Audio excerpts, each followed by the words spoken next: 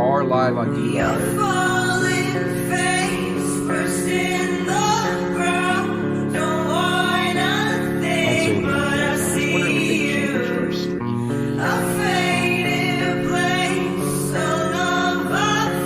Yeah, we are live. We are special guest Mark Random on YouTube. What? In my screen, okay, could you edit that? Because on my screen it doesn't say that. Send me the description and stuff. Yeah, I'll send it to you.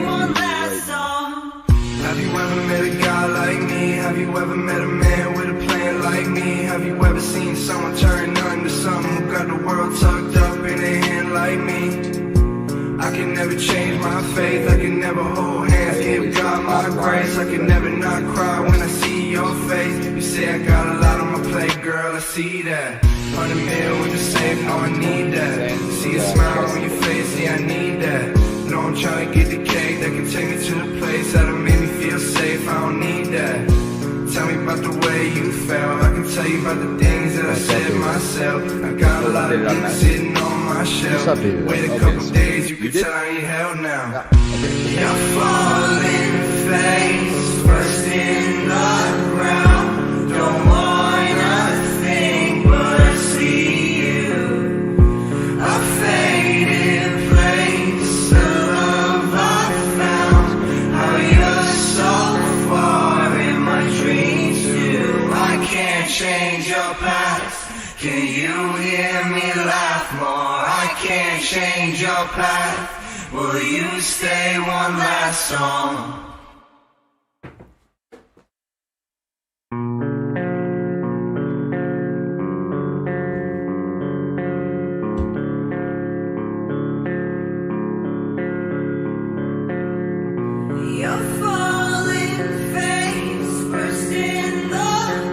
So I sent him the link. This guy seems pretty on the ball, so we'll probably be here.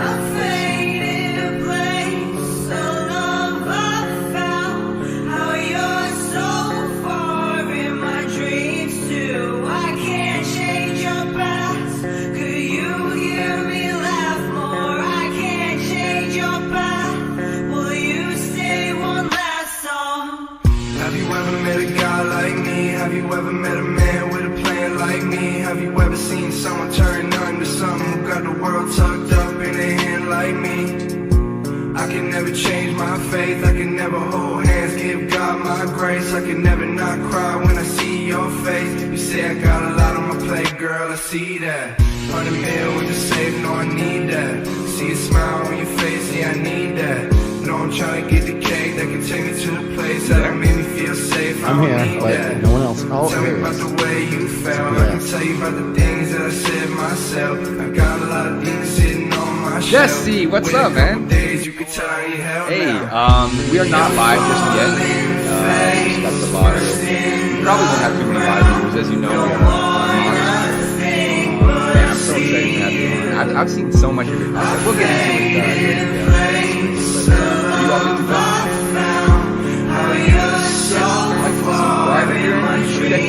It does seem a little quiet. Yeah. And we're not muted, so anybody's in the lobby. But we can just do a sound check in the lobby. Yes, if you want to just speak for a second. Yeah, if you could turn your gain up or something.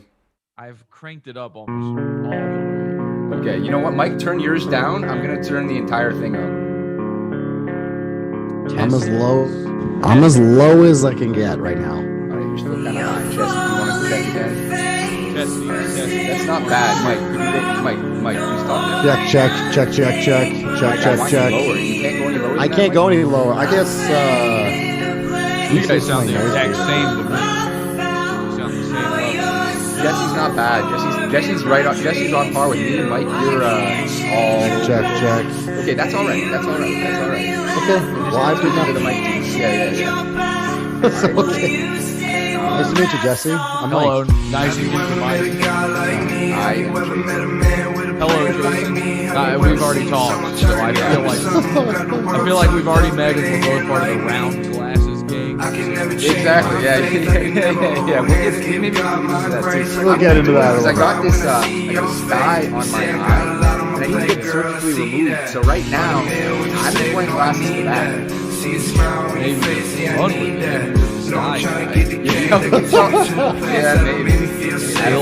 Bill Nye the Sky Guy. We're talking about that on the stream. Everybody's good to know. I got a lot of beats sitting on my shelf. Wait a couple days, you could tell I ain't hell now. Yeah.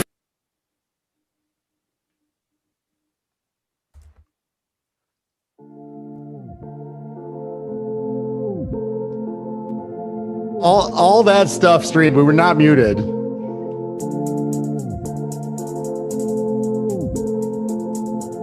Come to the cave of time. I'll give you pleasure. It's the Cave of Time podcast and live stream. We've got Jesse P.S. in the show, on the show right now, the creator, the host of the legendary Pod Awful live stream and podcast. And this is actually, funnily enough, was an inspiration for me. Your show, Jesse, the live stream and podcast format.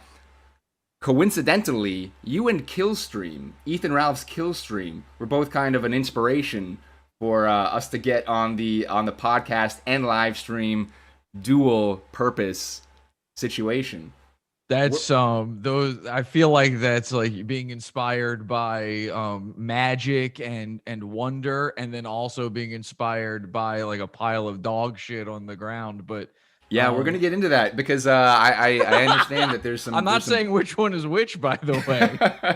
I understand that there's some drama, some discord going on between the two of you, and you and many other people on the internet. It seems to be there is a little bit of drama in your life right now, Jesse. Maybe we could get into that. Yeah, maybe. Well, I wanted to start off and just congratulate you on your recent marriage.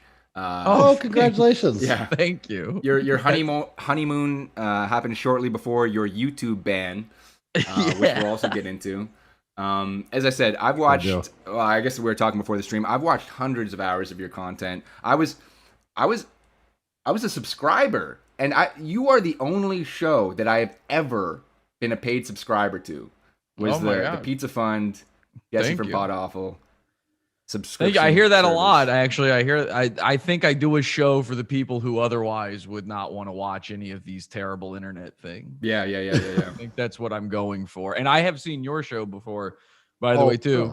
I had no idea, complete coincidence. I saw the Nuka Zeus episode. Check that one out. And I think I watched a few of them actually. Just kind of check it. Like, what are these guys all about? They're trying to do a thing here. Yeah, I mean that's you say, I think it's on your website, watch 3 shows and then you'll be hooked. And that's what it was like for me with your show. In the beginning I was just like, what the fuck is this guy doing? What is this guy all about? And then I just got hooked. And now I love the show and I watch regularly. I haven't been able to watch since you've been banned off YouTube, and things seem kind of stagnant. It seems like you've been stifled. Just for the audience, though, I do want to get into, because I'm assuming we have some listeners that aren't going to know who you are. I would imagine all of them probably. I don't know about that. I mean, some of these corners of the internet, the small, like you had heard of us. We've got less than 200 subscribers on YouTube. Like we're, the corner is small and. Yeah, it's a good show that you put on. I kind of want to make this accessible. I don't know if we're going to be able to do that. We're going to be dropping a lot of obscure YouTubers' names and everything throughout the course of this podcast. On Libsyn, you describe your own show. I'm just going to quote that. Pod Awful is imagination terrorism that broadcasts live every Sunday, Wednesday, and Friday.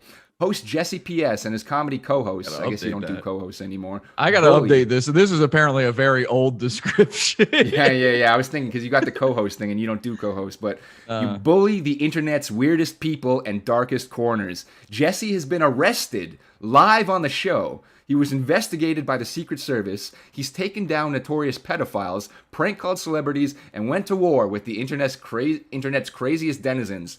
This is the only comedy podcast that will actually make you laugh, and you will hate yourself for doing it. So your whole thing is, let's go bully the internet. That's kind of your tagline at the start of every episode. You've got this cast of characters, ever increasing, called goons. What is a goon? A goon, it's a lol cow. It's just another word for lol cow. Every show, every like radio show or whatever has got their, like Howard Stern invented the whack pack, I guess, and then every show ever has had a name for these weirdos ever since, but the internet just calls them lol cows. That's all it is. Yeah, Mike's got internet troubles right now, so I think so. You're back on, Mike, but you dropped out there for a second. Can you hear us? All right. Well, we're gonna keep on going, Mike. Mike lives in the Dominican Republic. They don't have the best internet there sometimes, so we might be dealing with that this show. Now, I want to give an air to your critics, though. We've got an Encyclopedia Dramatica take on your show. This is their take. What would happen if the combined power of Rucka Rucka Ali and Maddox was even less funny? You'd get Pod Awful, the worst possible way to kill 2 hours. This show is only funny if your sense of humor is overblown edgy shit with zero self-awareness. I would take away the zero self-awareness part, but the rest of it is 100% accurate. And as a guy who was reading Encyclopedia Dramatica when I was 12, it's an honor just to be mentioned. You know, I was thinking you'd go there, and just because this was a highlight really for me watching your shit was the story of you getting arrested and put in jail by YouTube. Do you want to just give a brief account of that? Because that was a very special moment in the history of your show. I'll try with the brevity. So I was arrested once before. The time you already mentioned from the description there was the time I was arrested live on the air. The second time I was arrested because of the show, and the second time I was ever arrested, YouTube decided that because I did an episode about a personal hero of mine, a woman by the name of Naseem Aghdam. Well, what? And who was that? What did she do? Naseem Aghdam, she was a wonderful she's no longer with us. She's passed, unfortunately. God rest her soul, inshallah. But she was I believe she was Arabic. I think she spoke Arabic or something like that. And she was a vegan YouTube vlogger, and she would make these music videos and stuff. And she, perhaps most notoriously, went into YouTube's headquarters and shot a bunch of people and then killed herself with a gun. And anyway, I think she's one of those people that truly like made her dreams reality. And for me, that's a big inspiration. So I did a year after the event where she went to YouTube. By the way, she was a lady shooter, so she missed everybody. Like the only person she ended up killing was herself. Nobody died at YouTube. And so, you know, everything comes, there's checks and balances with everything, I suppose. But I did a celebration of her life and her acts about a year. I think it was a year after the event. And then the day after that, the cops showed up to my house. And at the time I had roommates, and they saw all of this go down. They were at my door, not, you know, banging on the door. And I thought it was a prank, you know, all sorts of insane, terrible things happened to me. So it could have been anything. I thought they were kidding. And so they're knocking on the door, get out, come out of here. And I was like, hang on. I wasn't wearing pants. I was fucking asleep. And so I made them wait for me, and I get out, and it turns out they were arresting me on charges of terroristic threats.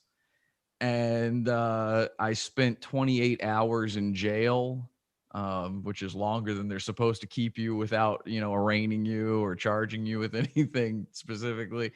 And I think the reason that I didn't even have to go to court on this is because YouTube, as YouTube is wont to do, as I've learned from being terminated now by YouTube, they love deleting your videos. They can't stop themselves. So technically speaking, they called the cops on me because of a video I did and then destroyed the evidence. So they actually committed a crime in the process of trying to have me arrested. So I think the cops just went, fuck it, this is a mess, and just threw it all out. I mean, obviously I did not actually threaten YouTube in any way. I never actually did a terroristic threat. They viewed it that way. This just goes to show the power of the patriarchy. I mean, you're celebrating a immigrant, multilingual, independent thinking woman. Yes. You're celebrating this woman's life, her accomplishments, and this is what you get for it. And it really makes no sense. To me, she's a princess. We keep a tiny version of her here in the studio. That she likes to dance and stuff. You know, there she is. Tiny Naseem. Tiny Naseem. There she Beautiful. is. We actually have that in our little GIF machine that we play sometime too. We've got that same dancing Nassim. Yeah, she's great. Nassim, like, she was this incredible character. She was, unfortunately, she died before she could become a goon. You know, she easily would have been a lol cow of the internet, but the only thing that gave her that exposure was that tragic event where she died. You transcended. And truly, I believe, had she was right. YouTube was suppressing her, and had YouTube not been hiding her videos, we would have found her and we would have been celebrating her still to this day, alive. I mean, we've been on audio. We just started going hard on Odyssey in the past couple weeks. We gained as many subscribers as we gained in 6 months on YouTube on our favorite platform, Odyssey. I guess I wanted to get into this later, but now that I brought it up, I heard you on Facebook say that Odyssey sucks. Why does Odyssey suck, Jesse? So I mean, for me it does. Maybe for other people it's fine.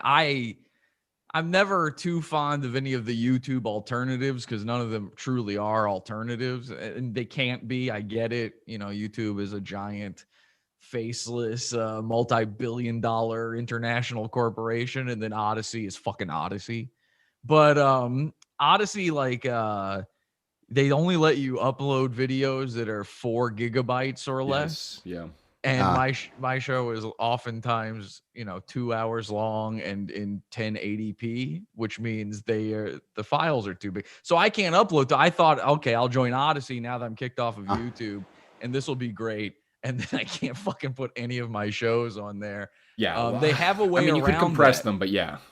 Well, yeah, I'm not going to do that. Yeah. They have a way around that where if you upload to the Libri app, I don't know how you say it. LBRY. Yeah.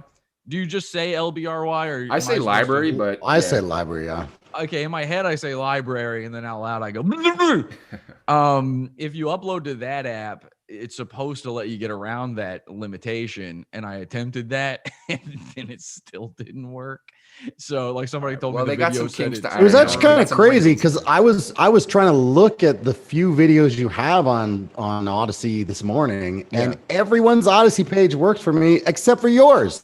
It wouldn't even fucking load, and I was like, "What the fuck's going?" Sometimes I get internet problems. Maybe it's a coincidence. It ain't an internet problem. If you try to watch like the latest thing I put up there, it just doesn't work.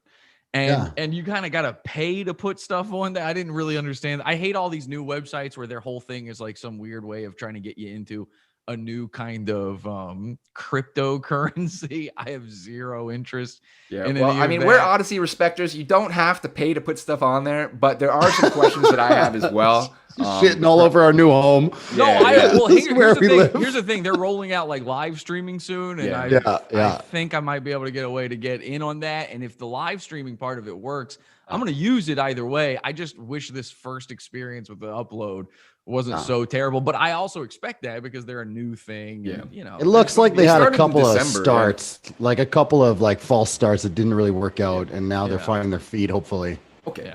Let's get into it though. Without further ado, what the fuck did you get yourself into? What is going on, Jesse? Yeah, like who did you piss off? I'm just like a Pod Awful fan. And I'm not deep into this lore. So a couple weeks ago, I'm looking for podcasts to listen to while I'm at work. And I'm like, I haven't seen anything from Jesse in a while. And, a couple days go by. I look again. I still don't see anything. I'm like, what's going on? And then I find out that you're banned from YouTube. And then I go down this rabbit hole of all this drama. And I was aware of some of it. I'm aware of, the merch from Revenge of the Sis. I'm aware of some of the shit that was going on. But what is going on, Jesse? What is happening? So a lot of people think that Mersh from Revenge of the Sis got my YouTube channel terminated, which I never said. The day my channel was terminated, which was like 3 weeks ago now or something. I didn't say anything. I didn't come out with any statement. I just kept completely quiet. And that's because I knew, number one, I knew what everybody was going to think it was. And number two, I was pretty sure I knew who actually got my channel terminated. And then the third reason, and this is the most fun one, this is why I do anything, is I just wanted to see what the people who hate me had to say. Like, I wanted to watch them all celebrate the fact that I was gone. And I knew it would be such a windfall for Mersh specifically because it must be a sigh of relief. Like he must feel like there's a load off his back. I've been making fun of this Mersh guy for a year and a half straight, and he has deteriorated as a man. From like I've done things that you shouldn't be able to say about a guy as like an adult guy to this dude. And he's like, he's not even retarded. Like half the people I make fun of are retarded. You know, like they're actually mentally and physically retarded. And Mersh technically is not. He's just cross-eyed. And but he might as well be at this point. He's a real laughing stock. So I imagined, you know, a lot him, his fans, and then there's this like sort of new outcropping of strange internet denizens who are coming out of the woodwork to try to make fun of me. They've been trying to do to me what I did to Mersh. Yeah. And I wanted to see what they had to say, especially because I love the idea of them celebrating this and being like, woo, and then I just keep going. It's no big deal. So I'm kind of giving it, I haven't really told anybody anything on this stuff. I've still been uploading stuff to my private site, but I haven't really said anything publicly about any of this stuff except for appearances on shows like this one. And the plan is I'm just going to keep going. So I don't know what I'm going to keep making fun of them. It's going to just keep happening. Well, I mean, you exist behind a paywall essentially, and you always have, like, the majority of your content is for paid membership only, right? Well, not the majority. People say that. Like my biggest detractors, Mersh especially, will tell you, oh, he hides behind a paywall, which is ridiculous. Well, I don't think it's like hiding. It just seems that that's for your, you know, your mainstream audience, and then everything else makes its way onto YouTube eventually, right? That doesn't make any sense at all as a burn, you know, as a slam or anything. But that is what they say. They think it is a burn. And then the irony of this is, well, now I am only behind a paywall because I got kicked off of YouTube, which means on my site, there's no YouTube rule. There's no, I mean, even Odyssey has some rules. You can get away with most stuff here, but like I got zero rules now. It's a really strange place to put the guy that is making fun of you, where he can just do anything now, and also people are paying him to do it. It really doesn't make a lot of sense. But essentially what happened is I made fun of this guy that no one's ever heard of called Tom Gully. Yeah. And this guy, I mean, there's a few people who've heard of him. I'm not the first to make fun of him. He should be used to this by now. But I have this tendency, and I don't even mean to do it, where I come in and I find whatever the Achilles heel is of any of these goons, and basically one sentence in, they're done. It's too much to handle. And so I was getting bored of the Mersh stuff. I kept trying to stop covering Mersh and Nightwave and all that kind of stuff. And I stated on the show, here's the final Mersh episode. This is it. I don't care. I've seen about 10 last drops on Mersh. This is the last one. I'm never talking about Mersh again. Yeah, I know. It's impossible because every week he does something even stupider. It's really tough, but it's really hard for me because I used to really like that show, and you've just completely ruined it for me. I cannot bring that up. I cannot enjoy it anymore. Fan, yeah. I really, maybe like 2-3 years ago, I was really into it, and you know, I haven't seen it in a while, but I saw this whole drama unfold, and I saw Mersh get so upset, and I was like, oh man, I really liked you. Why are you being like this? Well, everyone who was watching it 2 or 3 years ago doesn't watch it anymore. There's not a single person watches it still. And not that it was good then, but it wasn't the steaming pile of garbage it is now. And to be honest, I probably watched your show because you guys, it was 2 guys sitting there with a thing that they're looking at beneath it. Yeah. And I was like, are these ROTC guys? I probably checked it out because of the visual format of it. And so it doesn't shock me that maybe you guys had watched that before. But yeah, a lot of people have told me that I completely ruined their ability to enjoy that show.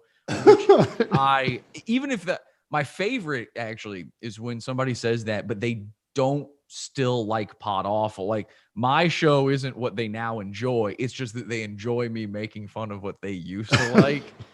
I probably have a large contingent of people who watch my show where their only interest is a particular goon because it used to be something they enjoyed, and I've now ruined it for them. And that's maybe my favorite thing in all of this. But yeah, Mersh, I said I'm not going to cover him anymore. I really wasn't going to. I really had reached the point where I could go, that's enough. And a lot of people are now saying Mersh couldn't handle the idea of him not being my focus anymore. And so he tried to take down the channel. Mersh had almost nothing to do with it, to be perfectly honest. Almost nothing. I still blame him to some degree, and he's still a bitch made pussy for trying to. He attempted to do it. He did try. He just didn't get to it first. I moved on to a different guy called Tom Gully, who has a lot of the same features as Mersh. And the thing they overlap with the most is they're both fake radio guys. And I know that's rich coming from a dude wearing headphones talking into one of these microphones. Yeah. But I've never pretended that I've been on the real radio or anything. In fact, if anything, I lean in to the, basement aesthetic of doing a podcast. And these guys like Mersh and Tom Gully, they will tell you they're radio guys. They will straight up say, like, I used to work in radio. And that shit just ain't true. It's just not, like, I don't care. You might have been in a radio station one time.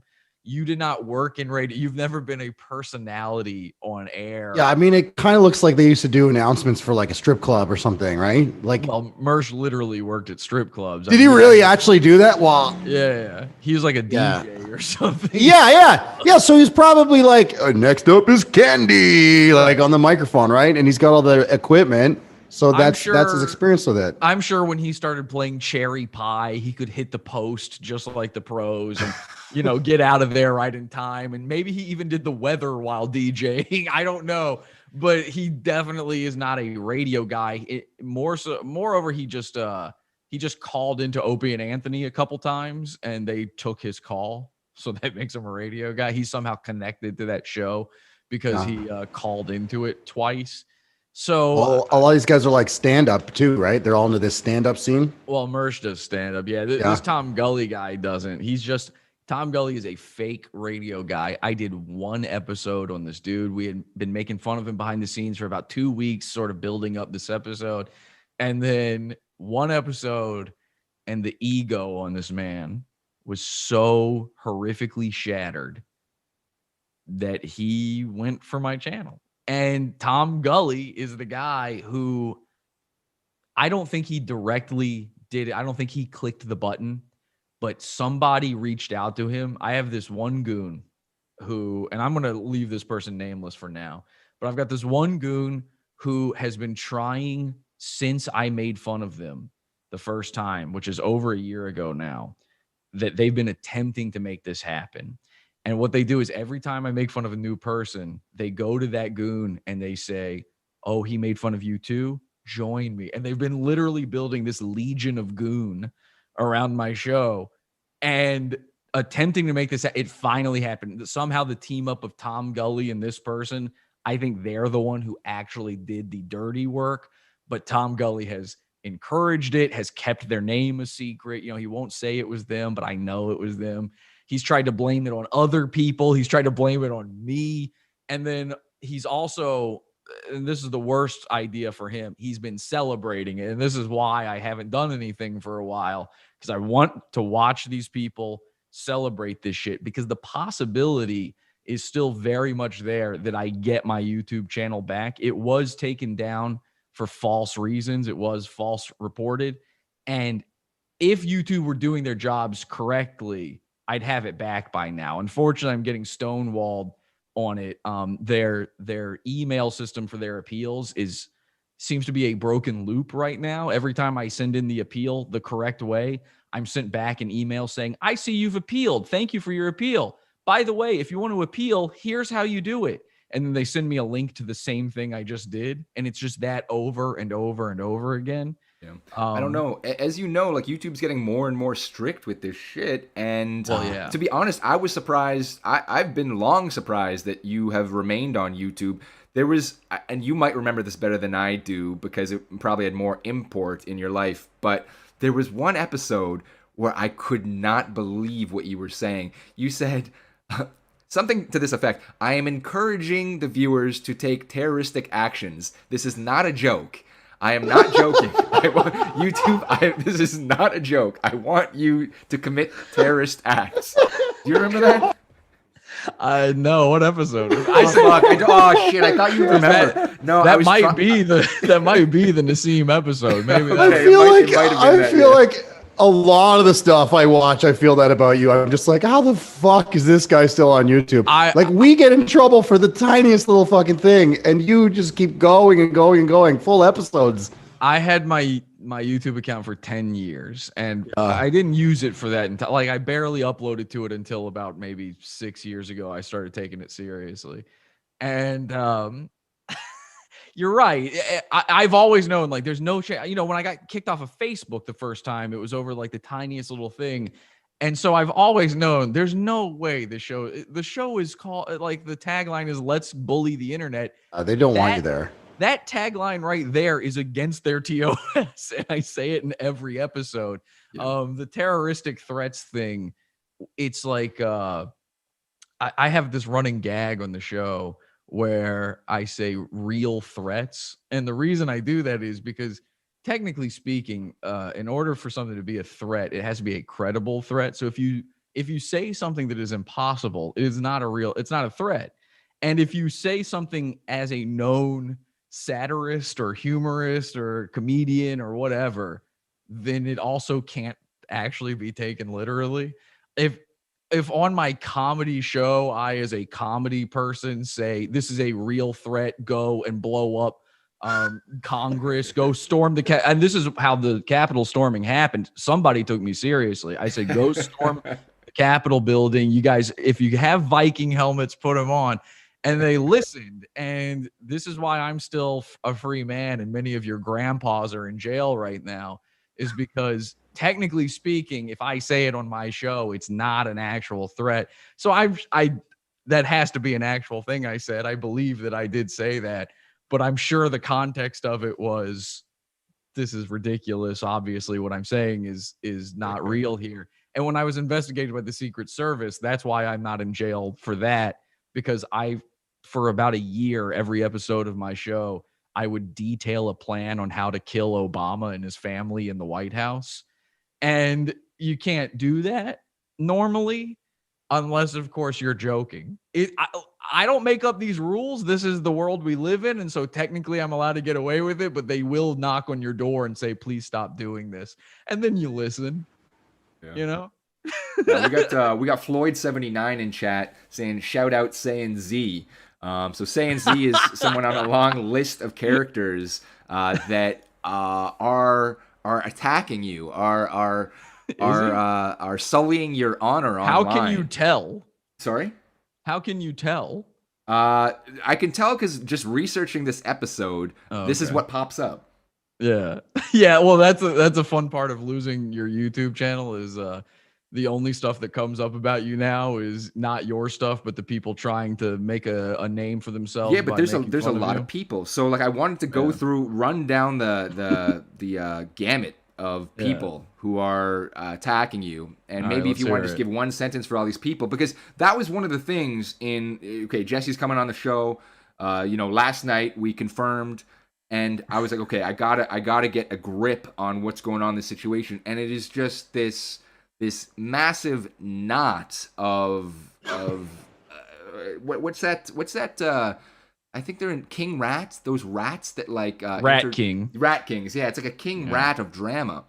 You're like the fucking Kevin Bacon of internet drama right now, and everyone's just 2 steps away from you. Yeah, that's very true. Okay, so we've got People's Populist Press, PPP. They're somewhere involved in this. What's going on with them? PPP likes me. He has his whole thing is that everybody's a fat.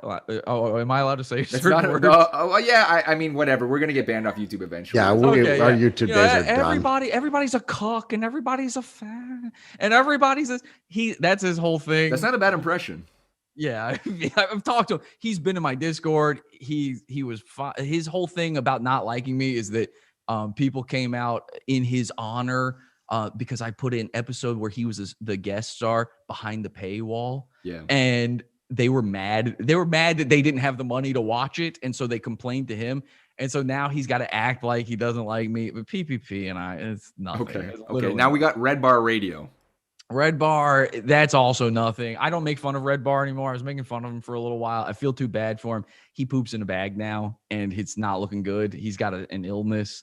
I've known Red Bar for many, many years now. Is nothing. Literally nothing.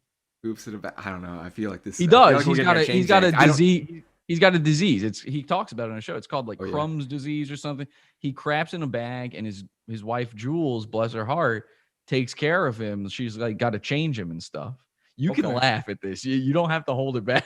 I see you holding it. Sometimes I don't know what's true and what's not with you. No, I that actually is only true. knew. Funny enough, because I now recognize that Red Bar is somewhat of a big deal. Like a lot of people look up to this Mike David guy, but I didn't know. I actually learned about him through you, which I guess is a backwards I had way of doing no things. idea he was backwards. until I researched this. Yeah. Well, he takes a lot of inspiration from my show. Bless his heart. I wish him the best. Well, I watched a little bit, and I know that he says the same thing about you. I know that there's drama going on there, but yes, the inspiration I have taken from his show, according to him, is this.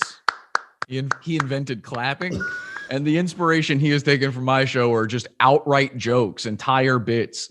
But again, I can't make fun of. I feel too bad for him. He has a serious illness, and he's not well. And he's a funny guy. Like his show. Get well soon, Mike David. All right, Get moving well on. soon. Ethan Ralph.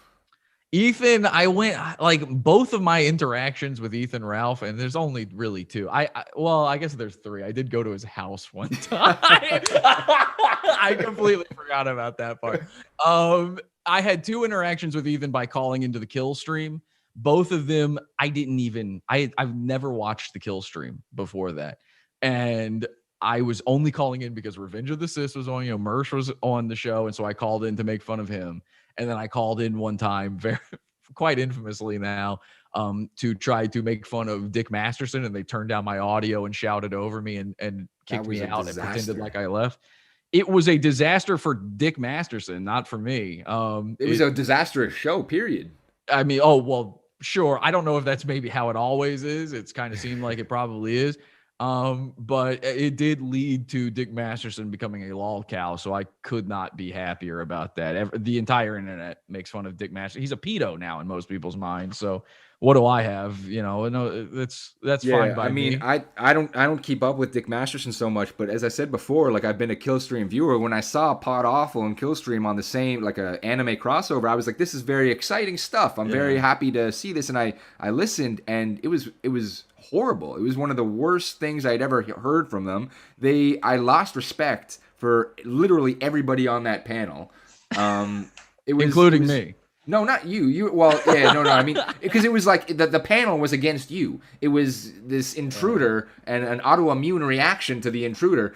It's like these guys, like they had this weird thing for Dick Masterson, right? Like they no joke had to get 6 guys together just to fight. It was me against 6 dudes who literally turned my volume. I have it recorded on my side. You can tell when they turned me down. And then you say one thing, and they're like, "Whoa, I can't get a word in edgewise." It's like, yeah, it was like.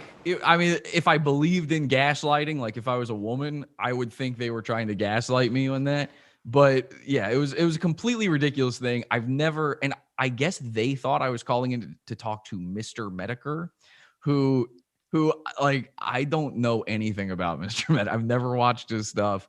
My wife enjoys his things. That's about all I know. Yeah. And so I guess he's a big deal, and they thought like, oh, it's a big deal that I'm getting to talk to Mr. Medicare. Yeah, I mean, he is a pretty big deal. Yeah, sure, fine. But I just completely ignored him to make fun of Dick Masterson. And I think that kind of rubbed them the wrong way too. I wasn't treating their guest with respect. Yeah. But they were all on Dick's new project too, his Patreon alternative. So they were all looking out for their wallets. That's all that was. I mean, I feel like it's deeper than that. I feel like they look up to him like a big brother or like a father. Like it's like, and when you're not respecting that, it's like you making fun of their dad, Yeah, there's a father figure aspect to it. And then I randomly went across country to Ethan Ralph's house one time as like a very So why did you do that? Like, I mean, I'm familiar with the situation. I know what happened. Well, why don't you explain what happened and why you did it? Ethan like got really mad about my appearance on Killstream, and he tried to make a thing out of like, oh, look at this. He showed a picture of me from when I was like 20 years old on stream and tried to make fun of me for it, which Ethan Ralph making fun of anyone's looks is the most laughable concept of all. And so I don't know. I just got it in my head. Like, wouldn't it be funny to go to the furthest side of the country from me and just go, his address was publicly, but everybody knew where he lived. And what if I just went there, but I didn't tell anybody I was going there. I didn't say that's where I was. And I just left it as a guessing game. Where in the world is Jesse from Pod Awful? And so I went there. I live streamed it. I didn't show his house or anything. It was just me in the car outside his house. And I set up this whole live stream. I had it so you could send in super chats and guess where I was. And a guy got it in 2 fucking minutes. 2 minutes. Which to me made it funnier. Like I wasted all that time and money to go there. I actually enjoyed that about it. Like this guy nailed it. One guess, boom, he got it. And then I took a sticker, a Pod Awful sticker, and put it in his newspaper box and left. Didn't go up to the door, didn't knock on it, nothing. Ethan lost his mind about this. It might be the most harmless prank that's ever happened. I mean, literally the next week, Frank Hassel showed up at Boogie's house and a gun went off. You would think the same thing. So true. I never thought about that. It was literally 1 week later that happened. God, yeah. And you would think the same thing happened to Ethan Ralph, the way he retells the story. He went on his own show and doxed himself again and said, I wish you would come to my house, okay? And you would come to the door. And I'm like, I did that already. Like I was already there. But I thought you were going to go here. So they covered the Frank Hassel going to Boogie's house. Boogie's like another famous YouTuber. Frank Hassel is like this up and coming prankster. They covered that, and they covered it like positively. Of course. Yeah. Of course they did. And they probably had Frank on the show, right? Yeah, I believe they did, yeah. Okay, so they have Frank on, and again, 1 week after I did essentially the same gag. It's so funny. And for all the people who are like, oh, like with the red bar thing, who did what first? Well, I did that one first. I just keep asking yourself. I don't know. I mean, I think the Killstream puts out a lot of good content. I mean, as you say, stuff like him making fun of your looks. I mean, the guy has cellulite on his stomach. He's got cellulite on his stomach, and he's making fun of how you look. Like that kind of goes like that. He is 90% gunt. It's never been tried before in the history of science. Like technically speaking, a gunt is the gut over the cunt, right? It's the fupa. And somehow, and again, he broke the mold on this. Science has never been the same since. Somehow he managed to make the entirety of his body, except for his bones, gunt material. It's very strange.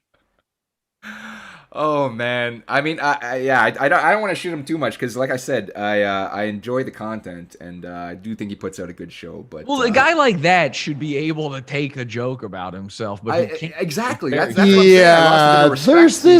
there's this kind of thing that I felt while I was looking up all this stuff where it's like, aren't these guys all comedy show guys? Aren't they all comedians? And you seem to be kind of like the only guy who doesn't really take anything seriously, and it kind of rolls off your back when they all go after you.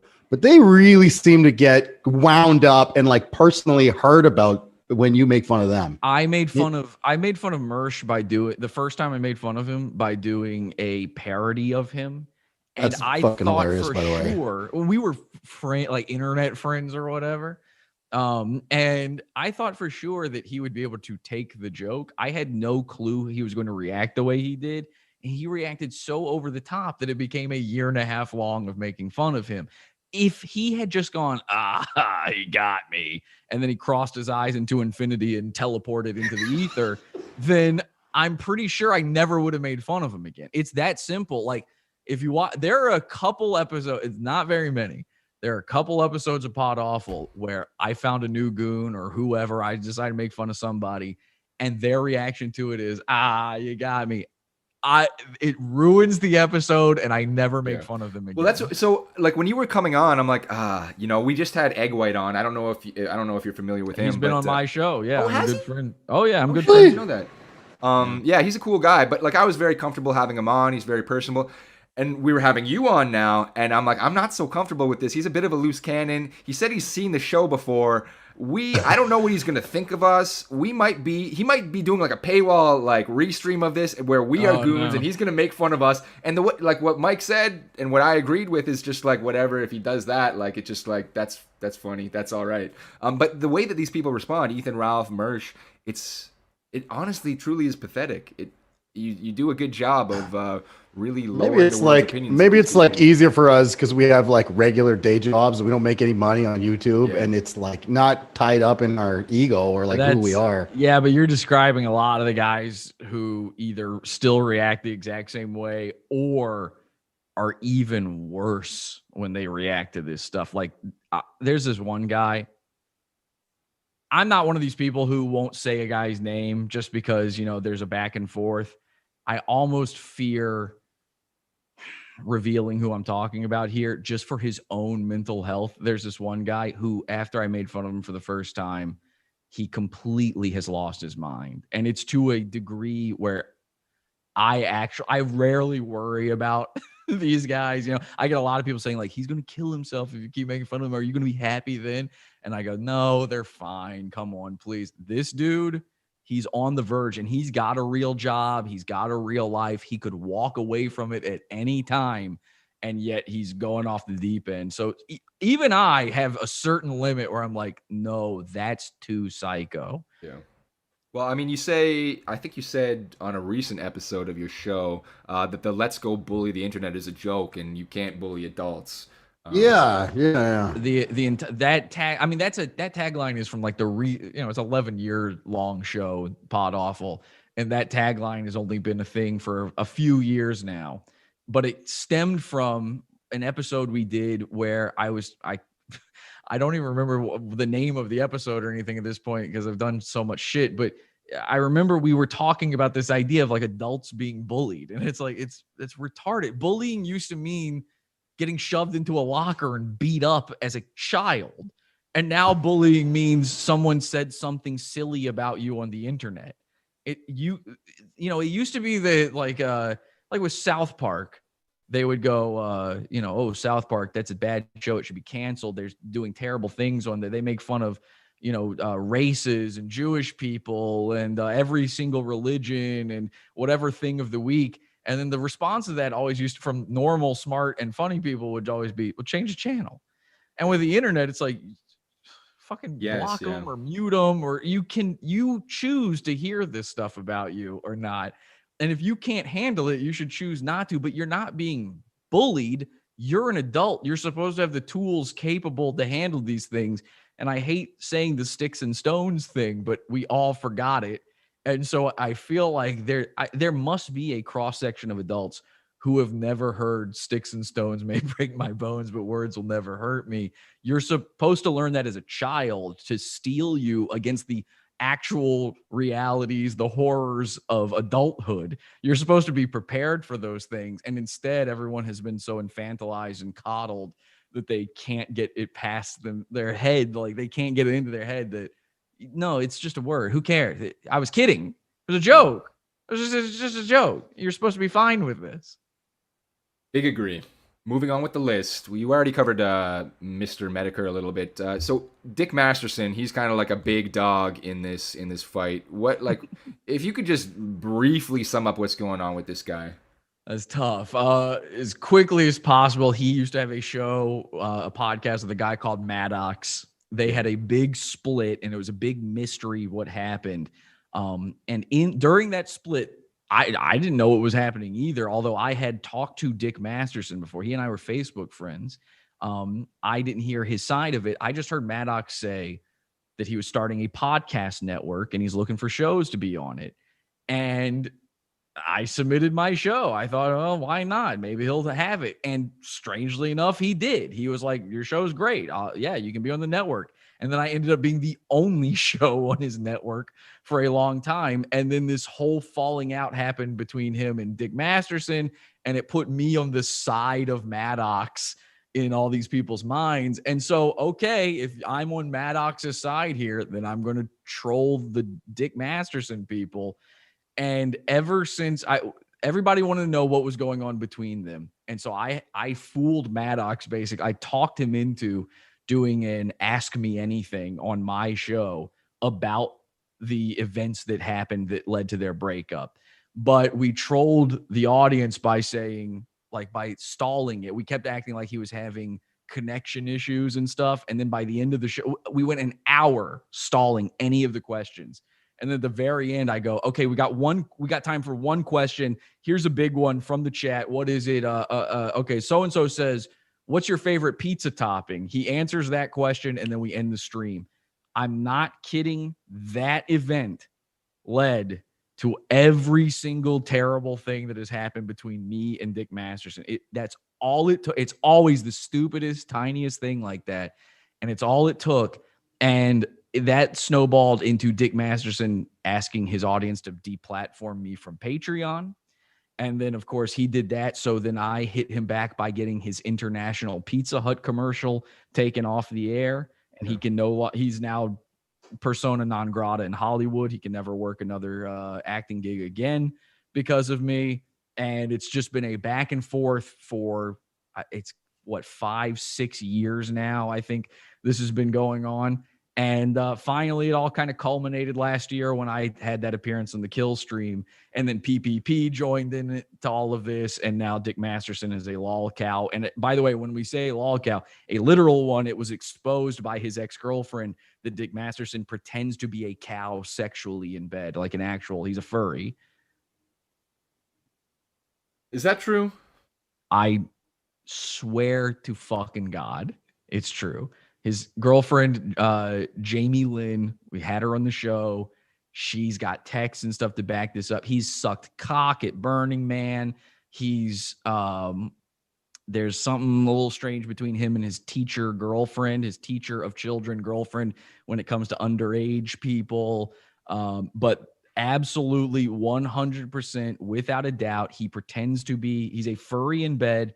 He wants you to suck his udders, and he calls himself Juju the Cow. You bring up Juju the Cow in front of Dick Masterson, prepare to get banned. This is exciting new information that the Cave of Time podcast and live stream can neither confirm nor deny.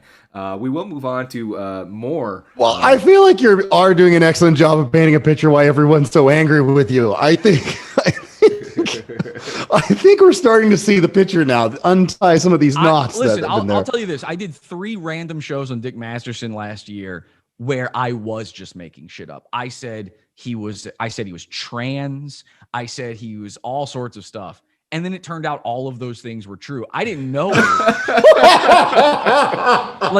He is trans because a cow is a girl. He's pretending to be a girl in bed. And I didn't know it, but on the thumbnail for that episode, I had a photo of him where he was dressed up like My Little Pony for a bit. And I put that on there just thinking like, oh, it looks girly and silly. This makes him look stupid. But I'm not kidding. He really is a trans furry cow. Moving on. You can't just say moving. I know that every single thing I say makes it so it's impossible to transition to a new topic. I know that. But you're going to have to find some way to segue this. Because moving on. How about this? Moving on. Fuck yeah. Shout out. So what's the state of the union with the ROTC crew? Meaning what? I mean, you mean like all of their listeners? Well, no. I mean, so like guys? Royce, Mersh. Have you talked to Mersh or Roy? I know you did. Like, yeah, go on.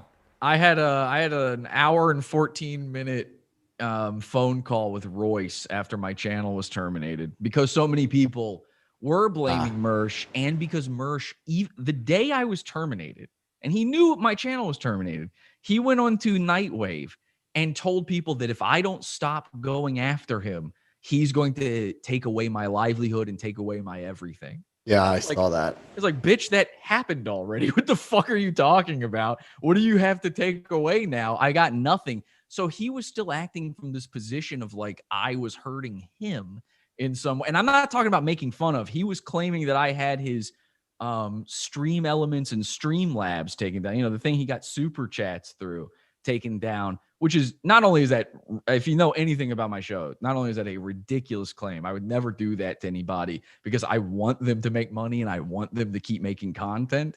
But also, there is no report button on Streamlabs or Stream Elements. It's impossible to report those things. They don't, it's not YouTube. They don't have report buttons, but he was claiming this either way. He was telling people I did this to him.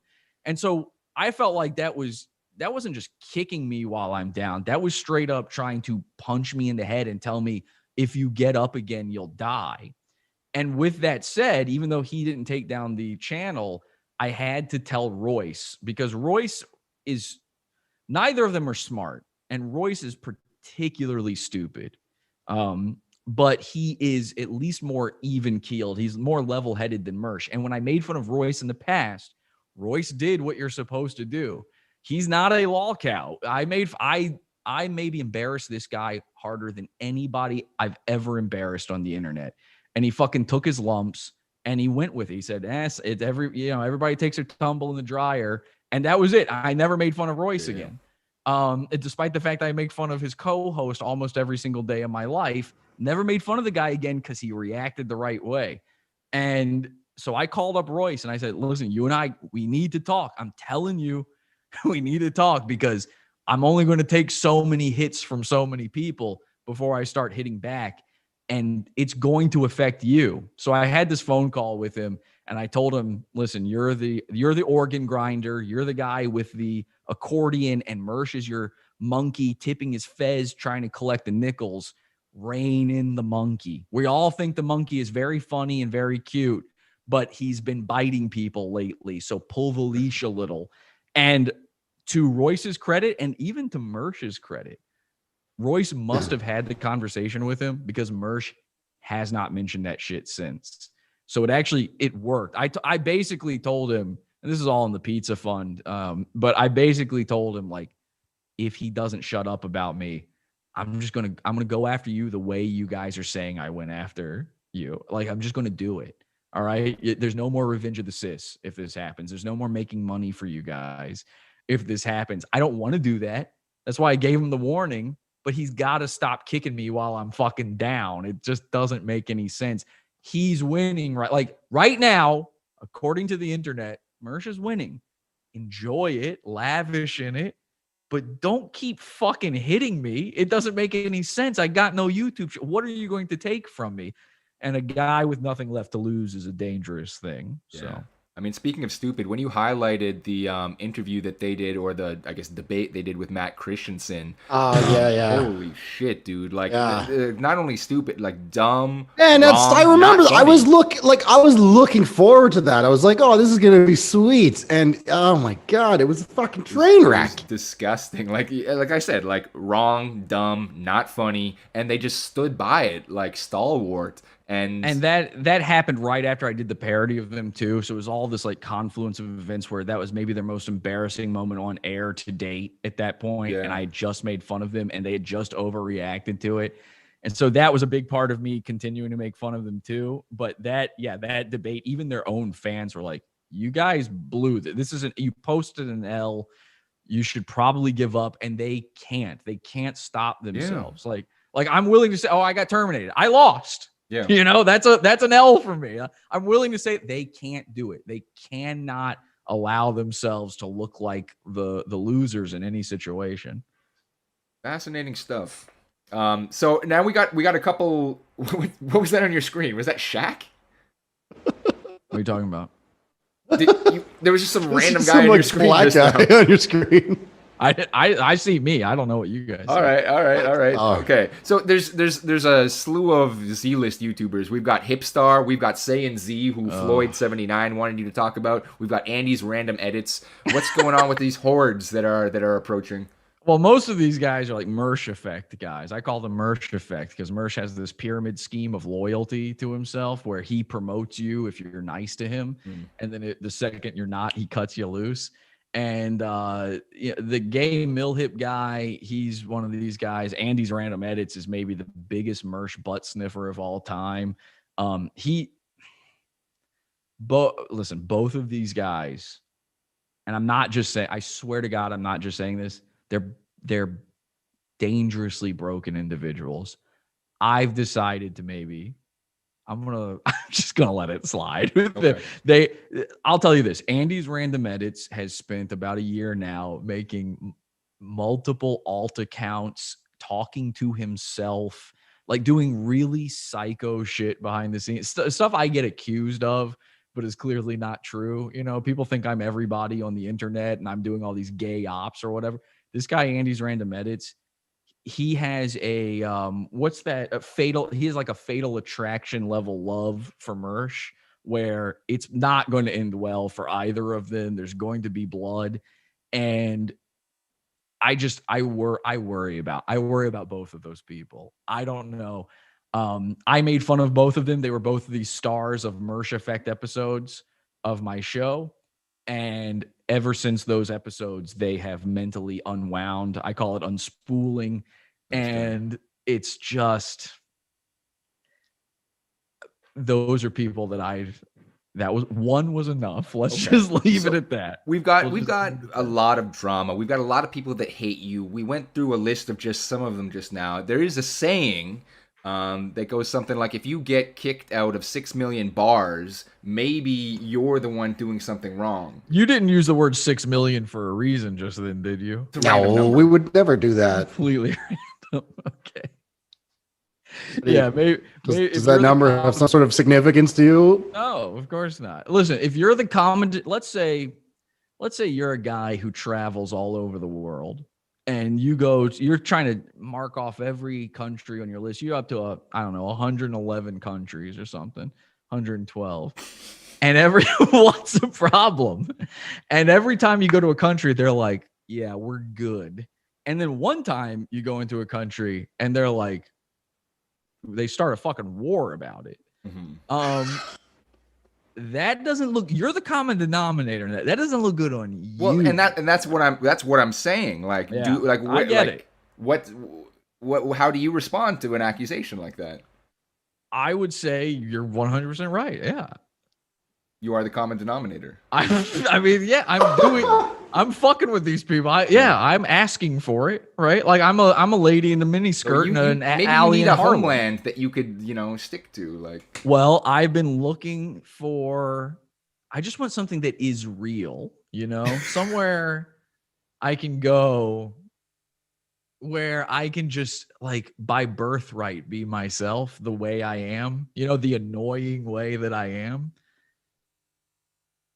Yeah, and, look, man, I've always thought that you were smarter than like 95% of people. I've always really liked you. I attribute your success to your high intelligence and ingenuity and all the hard things you've been through. I hate to tell you this, but I'm the one who invented the tests on intelligence, so it might be a little skewed toward me.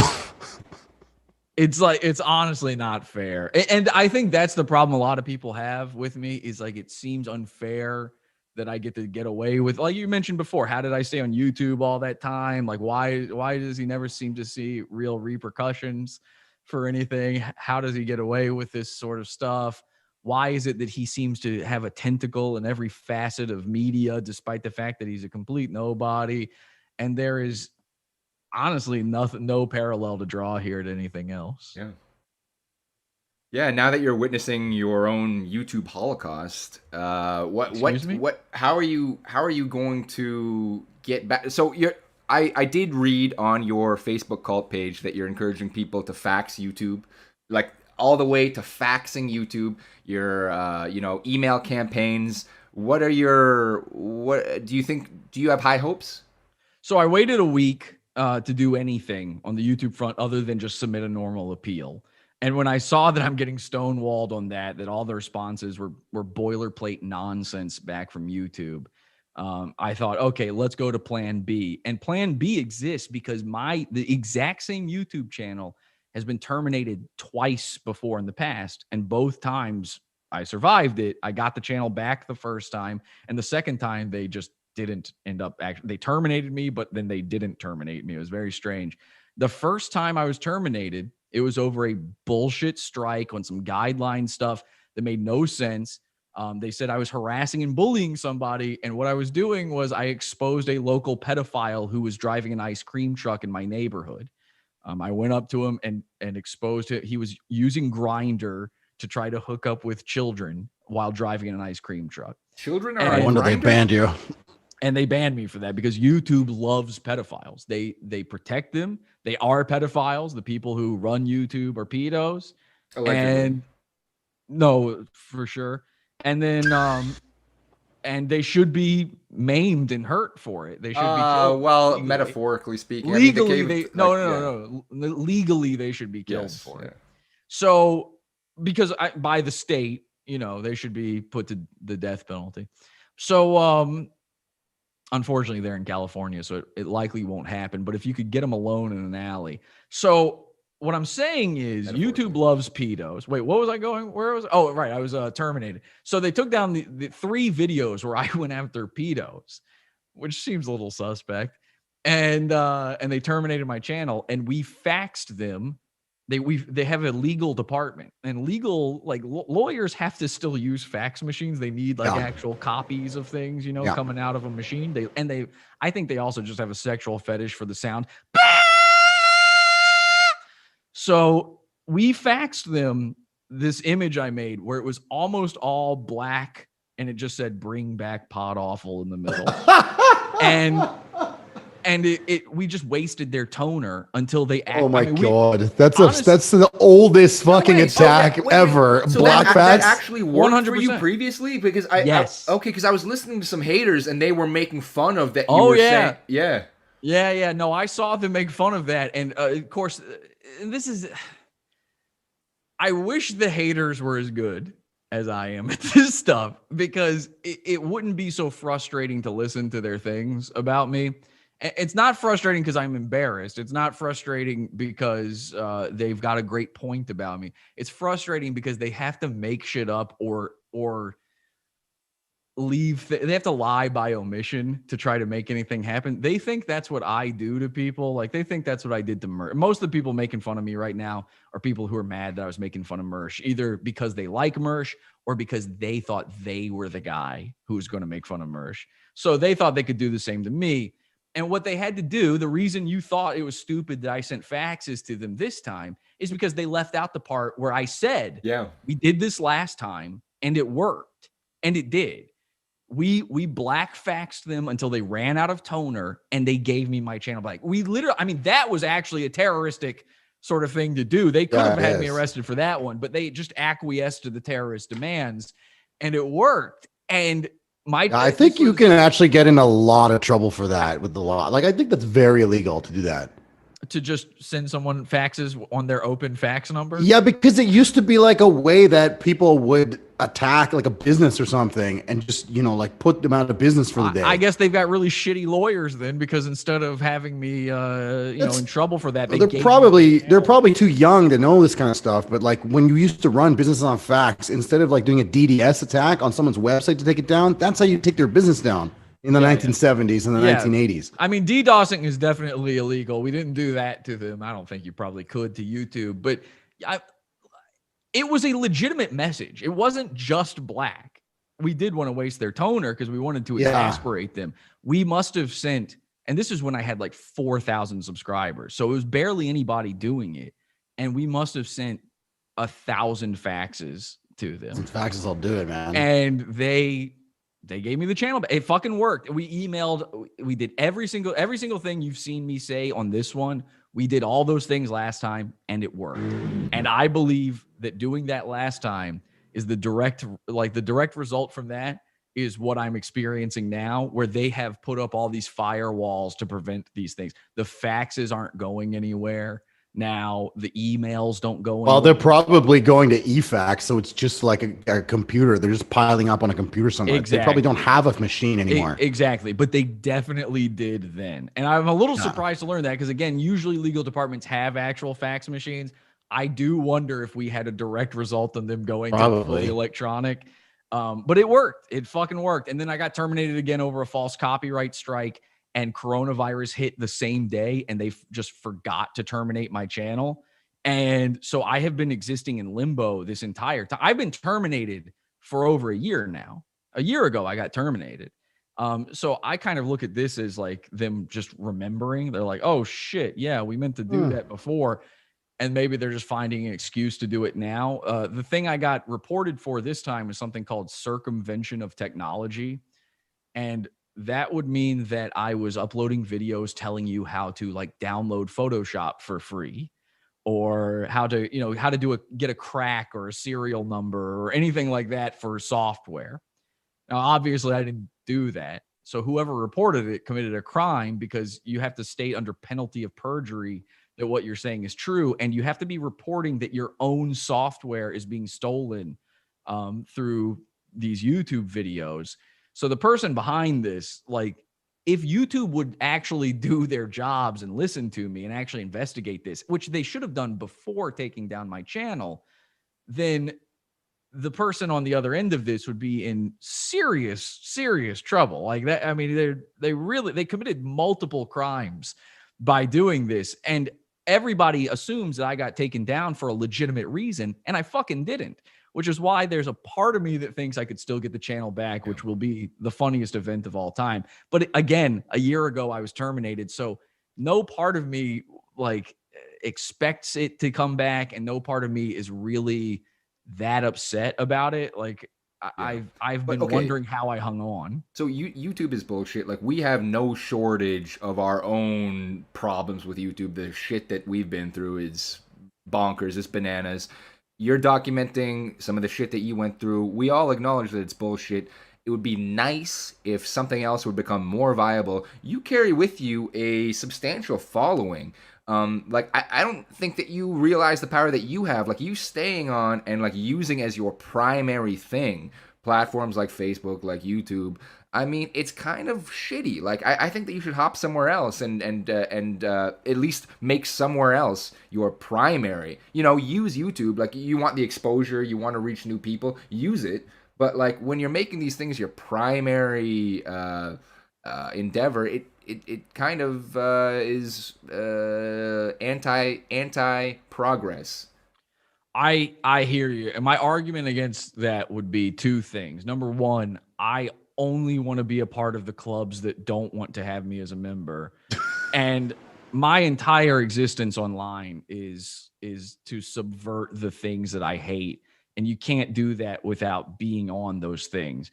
I don't think I'm going to get YouTube back. And by the way, if I make a new channel right now, it will be immediately deleted again. But I'm going to keep doing it anyway because fuck them. That said, the number two thing is you can't. There is no alternative. Like I said at the beginning of this, there is no alternative to YouTube, and you can know that. You can know that because at one point there was no alternative to MySpace.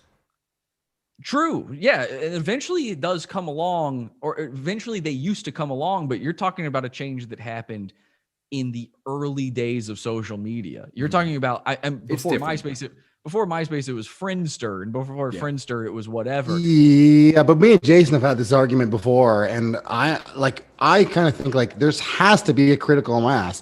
Like, YouTube is a space right now where it's impossible to start a channel and get any traction. Google, if you're not a certain kind of format that they want. Google is a monopoly, and as clear as fucking day. Yes, and it's a monopoly that isn't going to go away. Yeah. It's a too big to fail type monopoly. So not to shill Odyssey too hard, but one of the reasons why I think it's different than something like Rumble or any of the, like, there's millions of these things popping up all the time. But one of the reasons that it's different is that it's offering you immediate, like, there's already stories on there of people making more, and we are one of them, people making more money on Odyssey in like a week than they made on YouTube in a year.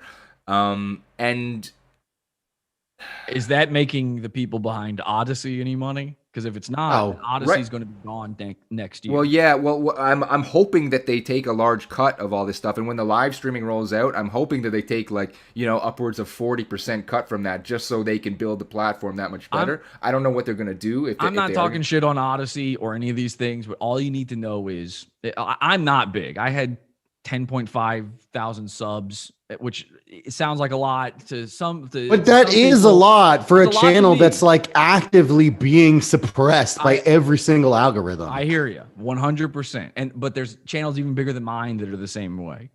And here's what you need to know is all you got to do is look at the biggest guy, PewDiePie, right? Like whoever the biggest people are. Why don't they just make their own platform? They're big enough that if they built their own website and went there, those people would follow them. At the very least, he's got 100 million people subscribed to his channel. At the very least, 10 million of those people would go to whatever he goes to. Why doesn't he do it? It would absolutely benefit him in the long run, if not just immediately. Absolutely, it would. And in fact, I've heard him there's been talk behind the scenes before about that he was going to do that sort of thing, and it never pans out. And there's multiple people who've tried. Well, what about like censored.tv? Like Gavin moved over, and that's been running for like 2 years, and he's building an audience over there, and that seems to be paying well for him. So I know the business they do at censored.tv. I'm best friends with the secondhand man. Yeah. We've seen content with them. And I was just talking to Ryan about this, and I said to him, like, by the way, I just got kicked off of YouTube. Any chance I can get on censored.tv? There is a possibility there. But although that doesn't really behoove me, it's just two different paywalls I'd be a part of. But I know the kind of business they do there, and they're surviving and they're doing okay.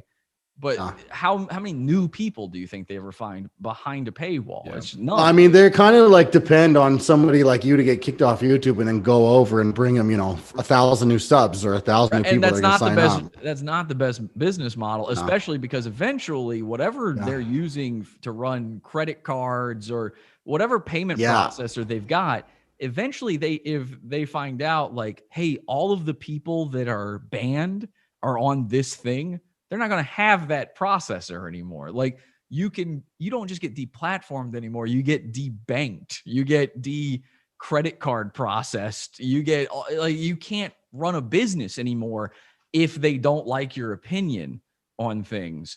I said when I hit 10,000 subs on YouTube, I want you guys to unsubscribe. I don't want to be this big. It's only going to lead to more headache. And here we are. I was right. There's something about that extra digit where people start paying attention. That's when all these people crawled out of the woodwork to try to make fun of me too. Is there something about that extra digit that does it? I don't know why. To me, it's never mattered, but the biggest guys don't do this. And the reason is they know that eventually it will be pointless. Eventually you're fighting a system that you can't fight by doing that. PewDiePie alone, if he left YouTube and took everyone with him, he's still not going to beat YouTube. And you don't have to beat YouTube, but you're not going to get new people, because every time you guys get on your phone, you watch an Odyssey, are you watching YouTube? You watching Netflix or you watching Odyssey? You know what I mean? Joke. I'm not even just shilling. Like I actually have been watching Odyssey, and like there's a lot of shit going on there right now. And granted, it's not. I agree with you. It's currently not a YouTube alternative, but that's how everything starts out until it is an alternative, and it's growing. It's essentially though the difference between the TV, like premium cable TV and ham radio. There are the enthusiasts, and they are going to listen, and you might be one of those enthusiasts, but most people aren't going to go check it out, and you couldn't pay them to. And some of these sites actually do pay you to do it. So yeah, I mean, currently they are paying you to do it, literally. Yes, exactly. So, and those companies, all these startups become insolvent a year later. What was that one? VidMe or something? Yeah. What happened to that one? Like all these startups, unless they keep getting floated cash by angel investors, they end up disappearing. YouTube, the biggest fucking thing ever, doesn't make money. It's a money pit for Google. They don't make money because YouTube doesn't care about making money. they care about harvesting your data and using it for their nefarious purposes, and they care Yeah, about so power. that's the other thing, right? So when they run a business model that doesn't give a fuck if the creators make money for them, obviously they don't give a fuck if the creators make any money. They could disappear off the face of the earth as long as they keep getting people to sign up. As long as your fucking 5-year-old kids are watching fucking Lunky Box every day, it doesn't fucking matter. Like they just want whatever puts the most number of eyeballs on their screen for the most number of hours so they can harvest all the info. Well, here's the thing. Like, you know how they've got the transcripts on there where it just automatically will tell you, what they're saying, the closed captioning. That's what they want now. That shit is that's information to them. And they know they know what you said. They know you said it. They are selling that to advertisers. I've done Pod Awful episodes, which I didn't monetize on YouTube. But they're still reading my transcript. They're still, processing my words. I've done shows where I'll mention some product on the show as like a joke or, as an aside sort of thing. And then I start getting advertisements for them. Yeah, this happens to me all the time on all sorts of platforms. And I know for a fact it's because I said it while on YouTube. Forget watching YouTube anymore. Being on YouTube, they're harvesting data from you. Within the past 10 years, it stopped being, this is the dark future that we're in, is it stopped being about money. It used to make sense when it was just, unfettered capitalism, and you could at least go, all they care about is money. That's what they'd say about the big companies. All Disney cares about is money. No. None of these companies care about money anymore. There's something even sweeter to them, and it's power. And it used to they just have unlimited money essentially. Like you look at a company like Google, what could they not buy? Like what could they actually not obtain with wealth? The only stuff they haven't bought is the stuff that the government won't allow them to because of how nakedly they are a monopoly, because it would be antitrust nightmare if they bought certain things. But even that stuff, like I mentioned, Disney bought Fox for Christ's sake, and they let it happen. This whole monopoly thing, nobody cares about it anymore. The government does not give a shit about it. If anything, they're probably paid to look the other way.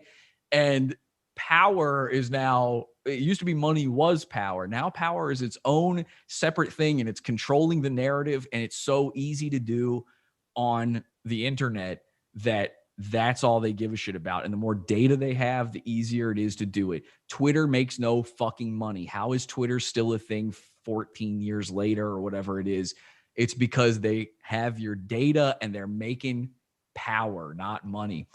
You can't escape stuff like YouTube or Facebook or any of that stuff, even by leaving it, even by never going to the websites again.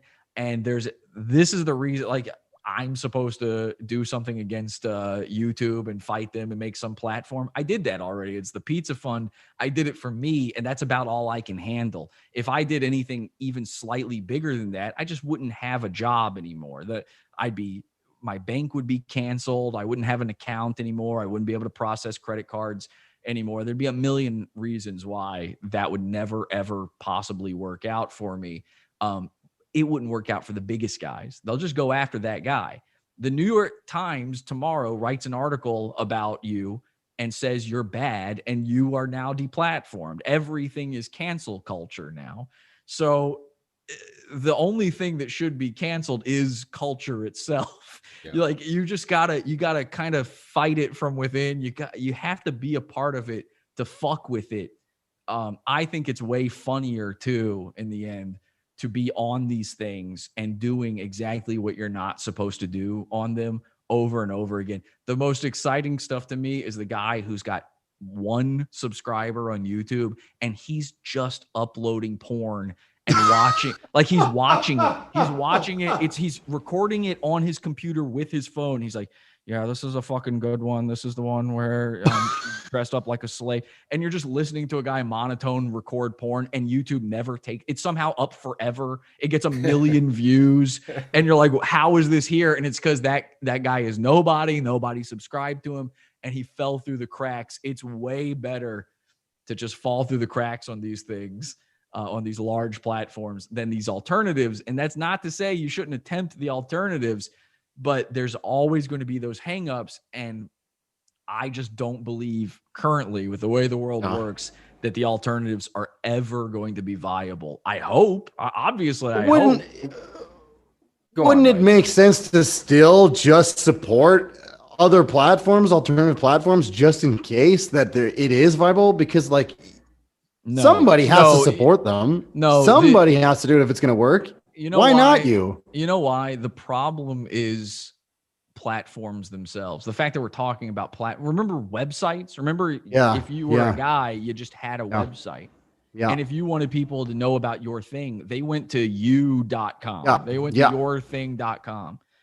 The problem is that we all think we're supposed to have these little havens for us online. I fucking miss going to, a guy's website because I like his thing. Now you have to go to a platform to see a guy's work and enjoy it. You have to, even if you're like fucking art or something, you're going on to some art platform, or you're going on to Instagram or whatever fucking thing. The problem is the platform, and maybe there is no viable solution for that yet, but we're probably getting there. The platform rose up because it used to be you couldn't host your own video content and have people's the bandwidth would be too much. It would be insane. But you could do it now. Now you can kind of do that, and Odyssey has peer-to-peer capabilities.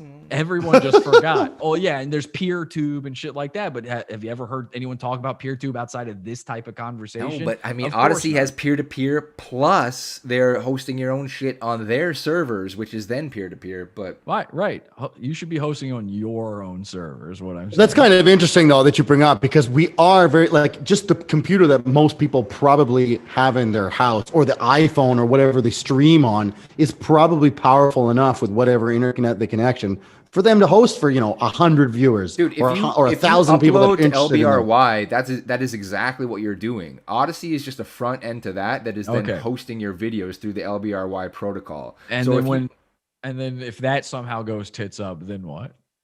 Well, the protocol will always remain. It's like Bitcoin, right? Right. That's the thing, right, Jesse? Like, not everyone is going to be able to technically figure out, okay, well, like, do I have to build a fucking application that sends data through the World Wide Web? Like, nobody knows how fucking web hosting works and, like, can write their own protocol to share that's video. The problem. That's a problem. Everyone has a computer, and everyone is computer illiterate. Yeah, but you have to be quite literate to build things with those kind of capabilities from scratch, Jesse. You can't. And why would you when like open source options exist, right? Exactly. Yeah. Why would you? There's the platform. We can all just be on it. I wish that things were nice and the platforms were nice things to be a part of, but they are not. They inevitably are not.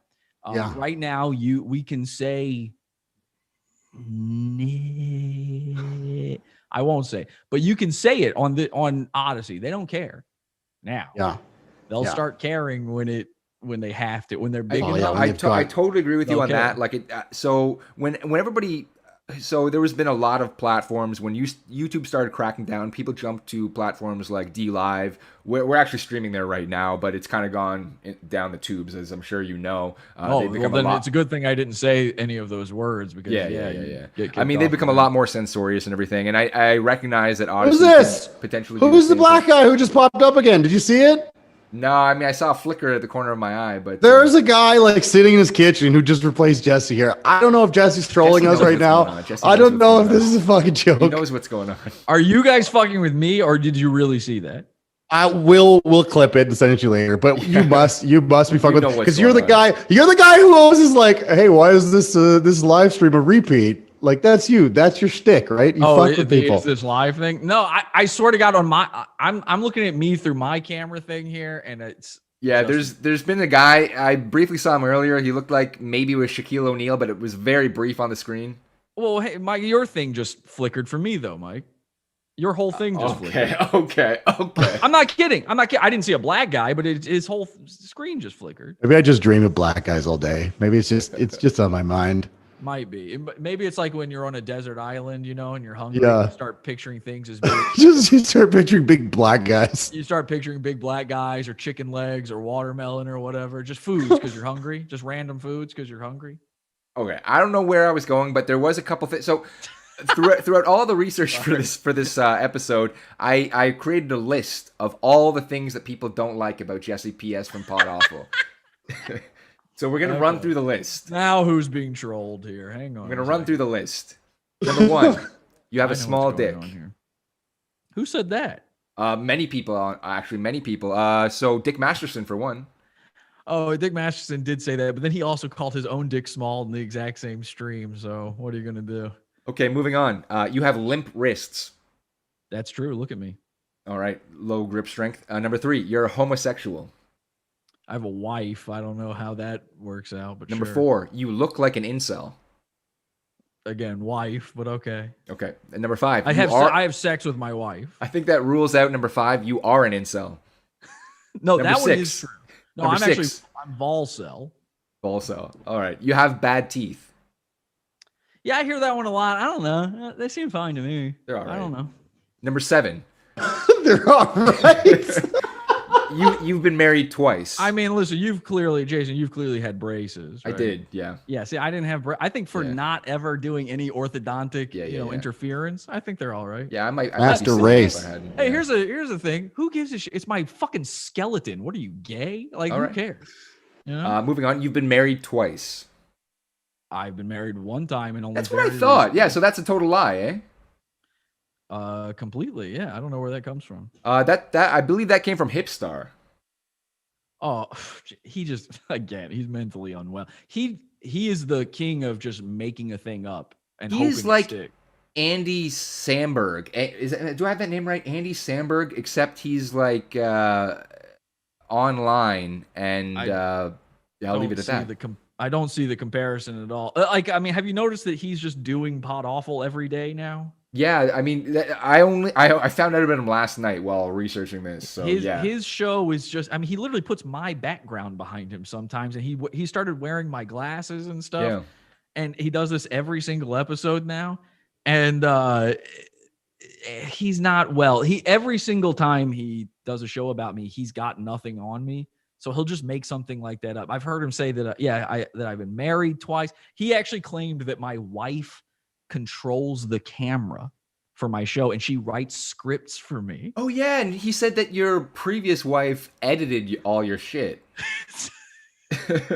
I've been doing. How lucky am I that I've been doing this 11 years, and I keep finding wives to do all the work for me. I think he might be confused because his show that people used to watch, it was him and his girlfriend had to do all the work.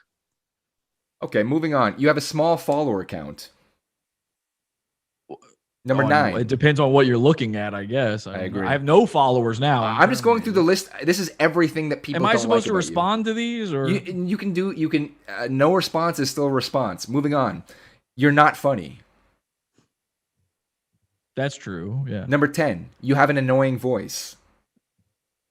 Number 11. You look like a pedophile. What does that look like?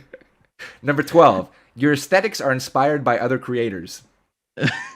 Yeah. Yes, the creators of the movie Johnny Mnemonic. Oh, yeah, I like that. Number 13. You crave attention. Number 14. You do immoral things for attention. Number 15. You harass people. I would online. disagree with the amoral thing. I don't Yeah. think of the thing. They don't ever go against my moral. Okay, well, it ties into number 15. You harass people online. Do you think you harass people online?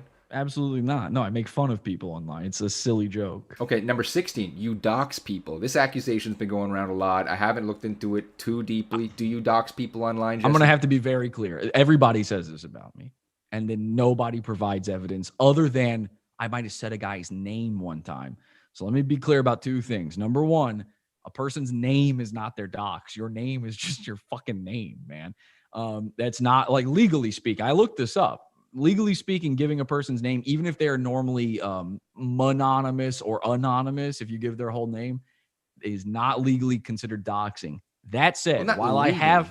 I mean, if you gave out my full name right now, my full legal name, I would be taken aback, and I would take it as an attack, to be honest. If you gave out my full legal name, I know what you do could you find think- it if you tried, but What do you think happens after that?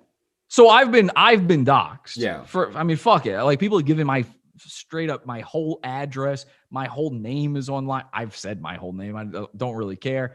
All my info is out there, my phone number, all of that stuff. You know what happens? Fucking bullshit, bupkis, diddly squat. Nothing ever happens. The worst that happens is someone sheepishly calls a pizza place and tells them to come to your house. And then you go, yeah, I didn't order the pizza. And they Well, go, I mean, oh, shit. nothing Okay. happens until it does. Like maybe 10 years down the line, you're applying for a job or you got some promotion on the line and they see this thing online that's tied to your name. You know? I believe you should not be facially online or even your first name online if you have any worry about that kind of stuff at all. But I'll end it. My second point was doxing, even though I've never done it, is cool and funny. Now what? What are you going to do about that? Okay. It's cool. You covered that. I mean, I got my final one on the list. You're a racist, sexist, homophobe. There's no such thing as racism. I am sexist, and I'm not afraid of gay people unless they're coming at me with open sores, you know? Yeah. So you're one of the only other people that I've heard say that there's no such thing as racism. So I kind of look at that. I mean, so I've in my life, in my experience, I've seen more people get made fun of, get beat up, have negative repercussions for having buck teeth. But there's no buck-toothism. We don't know anything about buck-toothism. Why don't we know anything about buck-toothism? Why isn't buck-toothism a thing? Because buck-toothism, prejudice against buck-tooth people exists. I mean, you go on a dating app and a girl who's over 300 pounds will tell you she doesn't date guys under 6 feet tall. People are a series of contradictions, and racism is just like adult bullying. Get over it. Who gives a fuck? I mean, unless it's the government doing it to you, like a lot. If jackbooted thugs walked into your house with guns drawn and said, "Get on the ground. You're under arrest for the crime of having black skin," then sure, there would be racism. But beyond that, like, it's just can you get a job? Have a family? Are you allowed to have kids? Can you make money? Like, there's no racism. You're fine. Well, I guess I'll end the criticisms if anything, like, you know, if you're not white in America, like, you are a superhero somehow. I just don't see it. I don't know. You are a bitter, mean, vindictive, shitty guy. That's a quote I thought from the Mike last David. one was the It last. was. But this is just a quote. This is just kind of a quote from Mike David of Red Bar. Wait, what did he say again? I wasn't listening. That you are a bitter, mean, vindictive, shitty guy. That's a quote from Mike David. I guess I do copy Red Bar. What? All right, Mike. What do you have any departing words? I know we got some stuff. I don't want to keep Jesse too long, so Sure. Well, I just wanted to know one last thing, a little personal thing. What's up with the no drinking? I see it all the time on your stream. You're not into drinking. Everyone's into drinking. You will not be bullied into drinking. I do no drugs whatsoever. Other than caffeine, or like if I have a really bad kidney stone, I might pop a pain pill.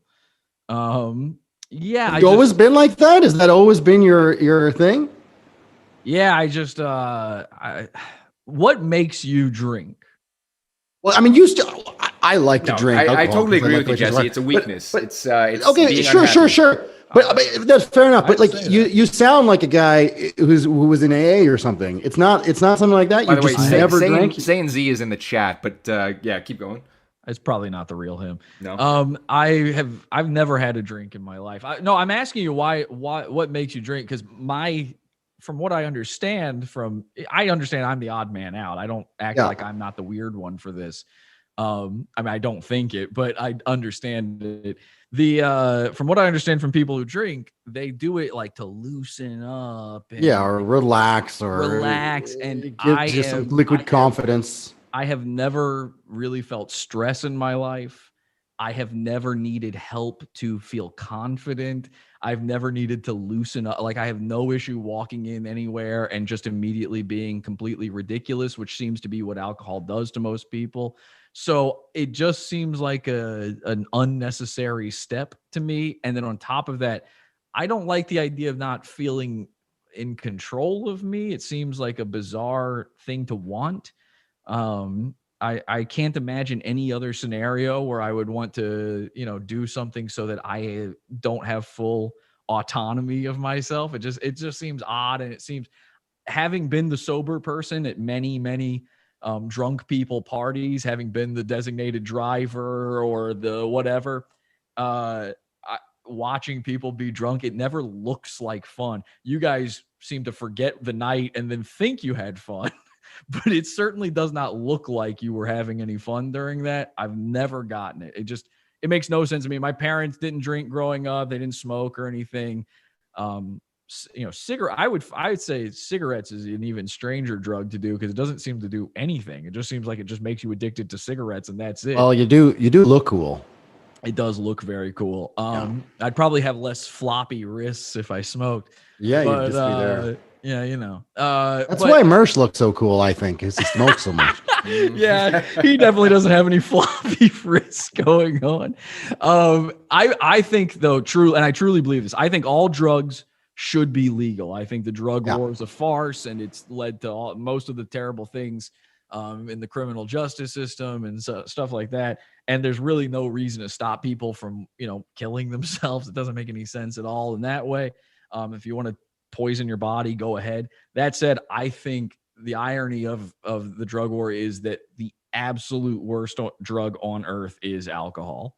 I think it destroys more people than any other drug.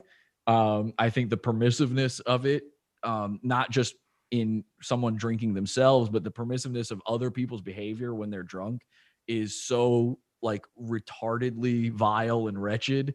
Drunk driving and stuff like that, where you just kind of look the other, like you've got a friend and he's going to drive home after drinking, and you just kind of look the other way because, well, yeah, I mean, a lot of people, I do it, a lot of people do it, whatever.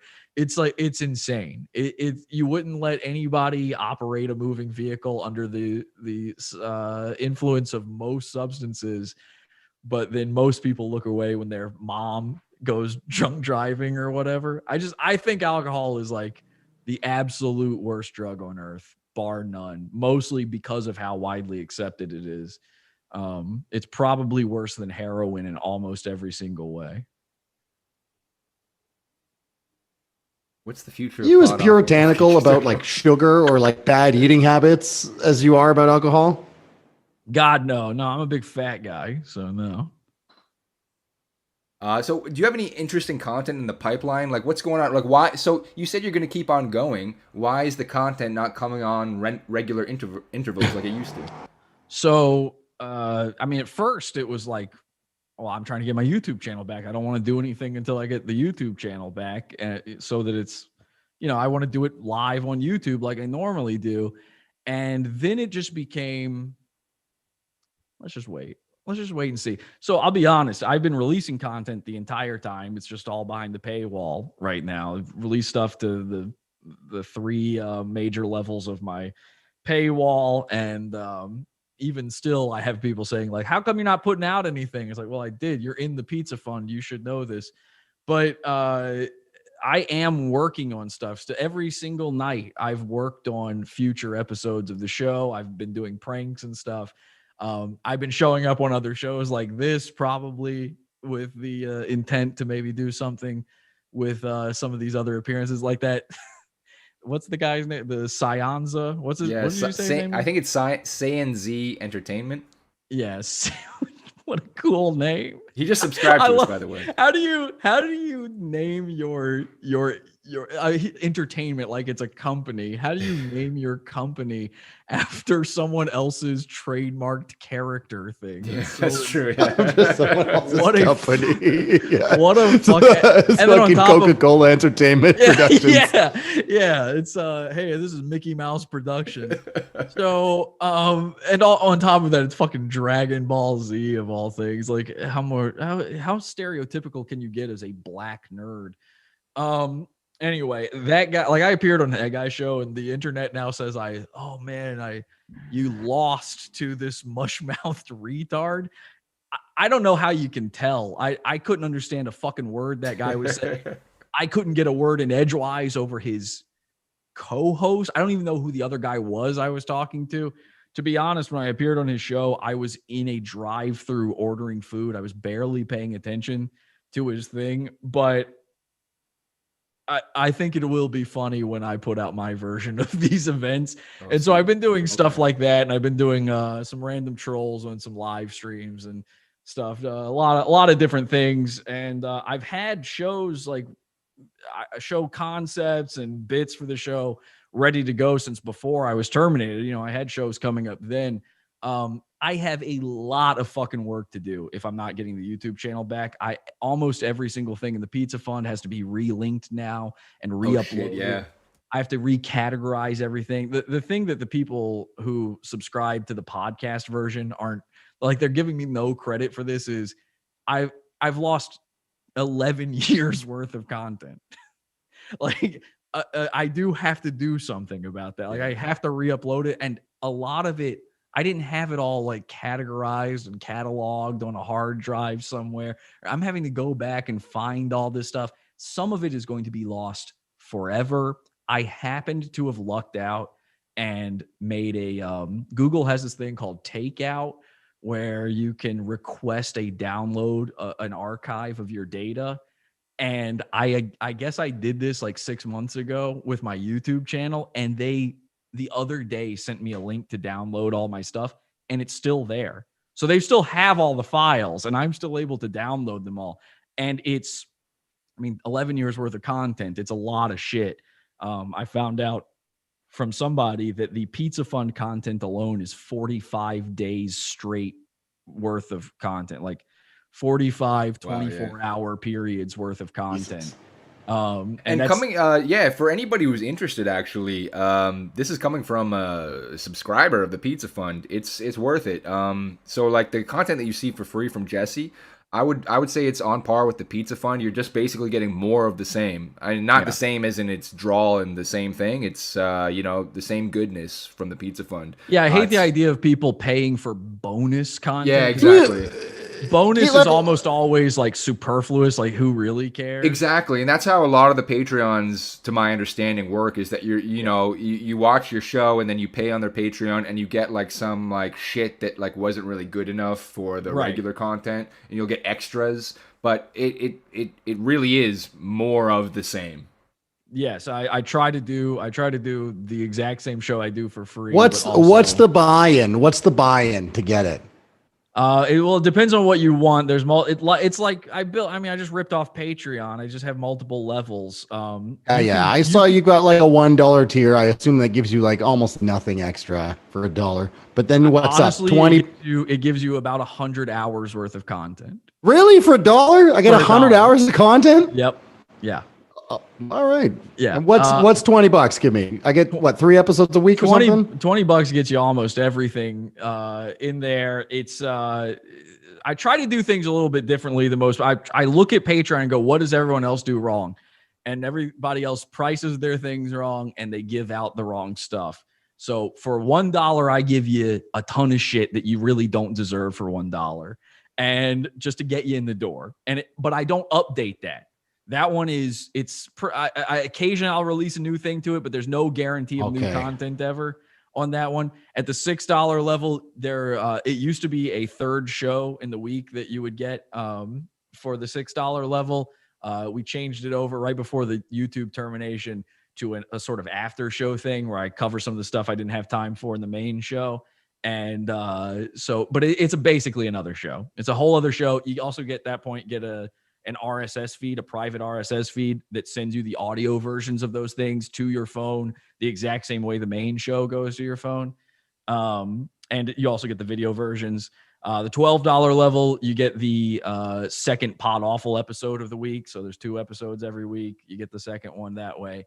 And the $20 level gets you content that at the time I literally could not do outside of the paywall. There's certain things that we do on the show that just cannot be done for free for everybody. All eyes cannot see it.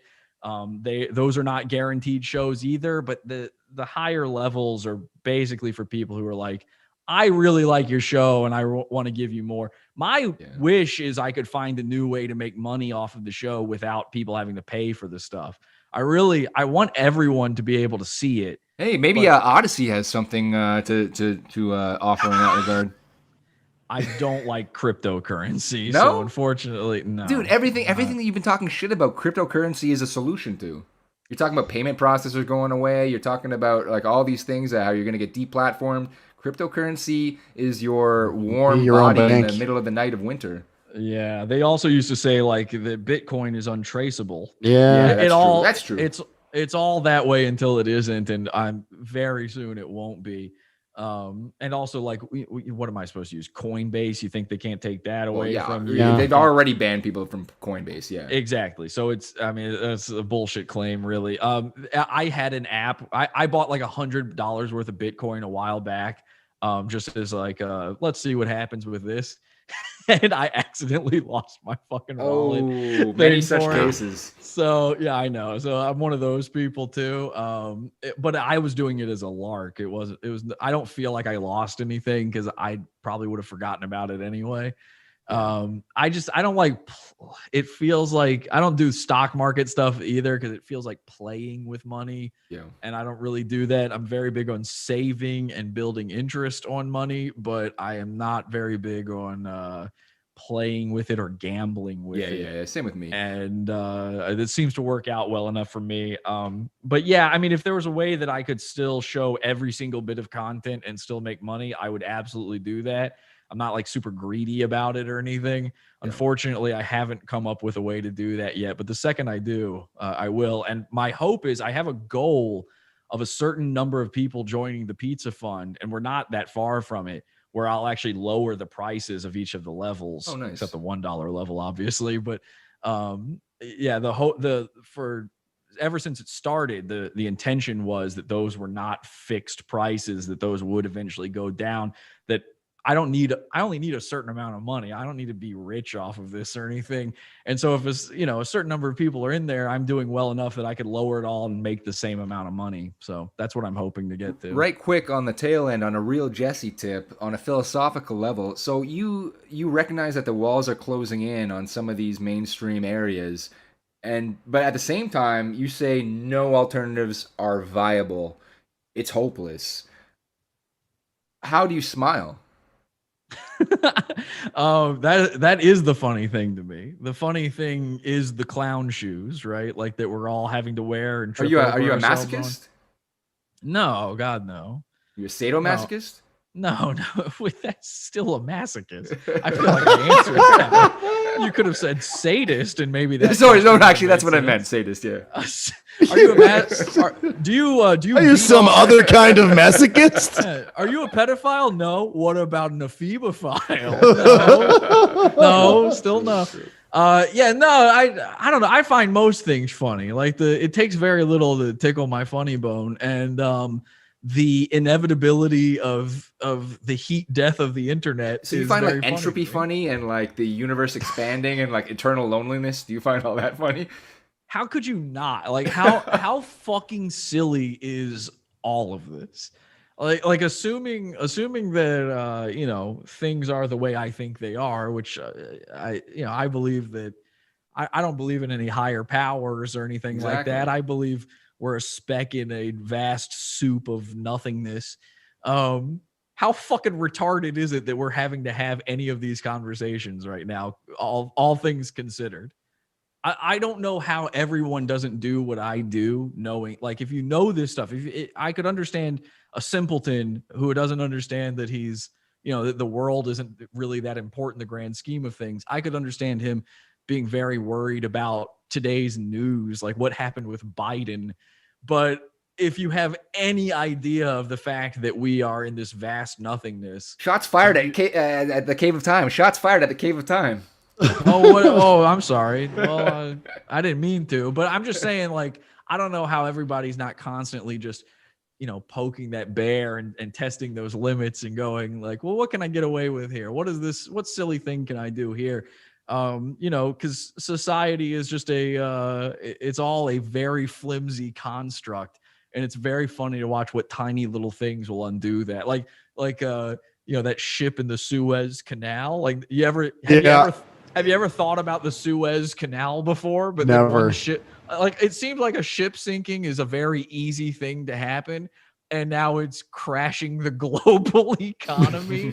It's like, if Like that's not, 12% of the world's trade can't go. There's 236 ships that have to anchor and it can't send anything anywhere. They're And gonna have to somehow- helicopter with people out of there. Like, and somehow no one ever saw this coming. Like, this was never on the docket of potentially happening.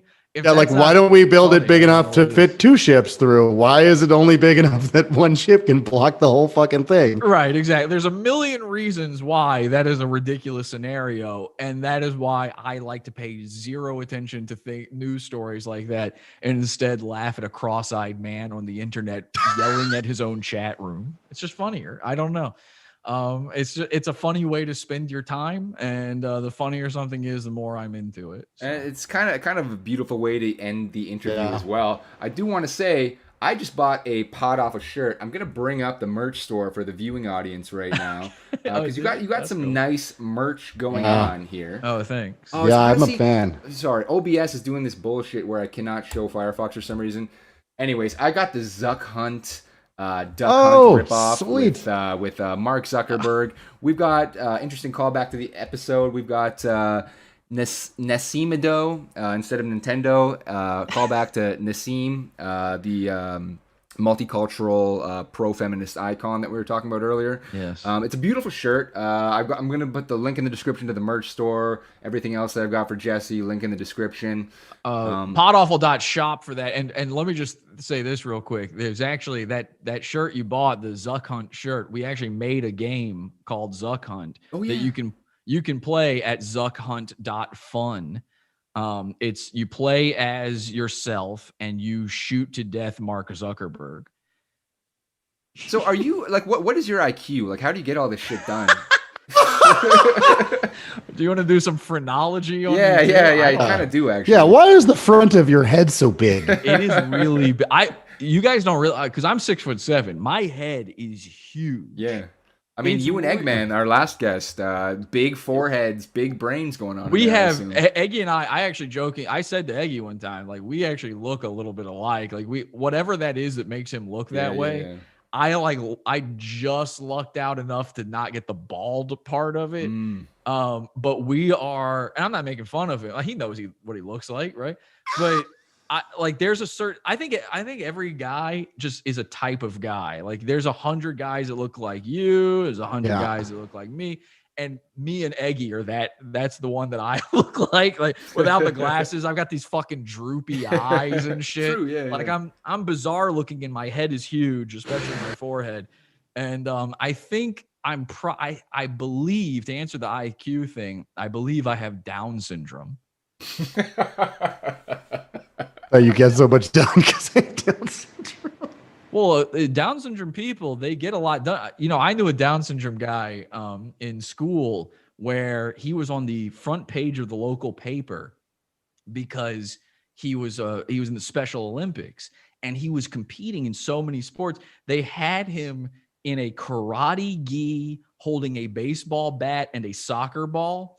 And I didn't read the headline at first. So at first I thought he thought that was a sport, you know, doing karate with a baseball bat.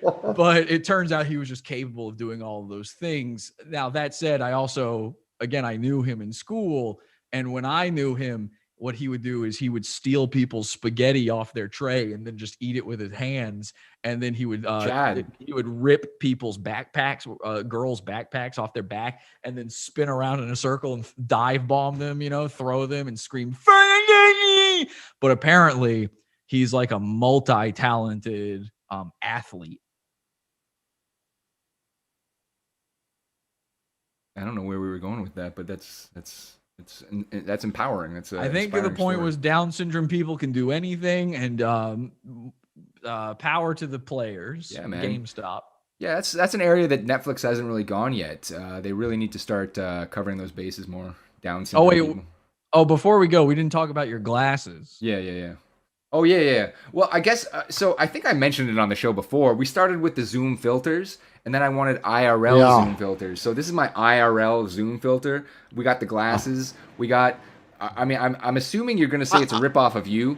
Also, I think I talked about this. The reason that I wear filtered IRL glasses is I've got this sty on my eye that I think I need to get surgically removed. I've had one surgically removed before. They just flip your eyelid back, slice it open, and drain it out. It's very freaky when you've got a scalpel Fuck, a millimeter gross. away from your pupil.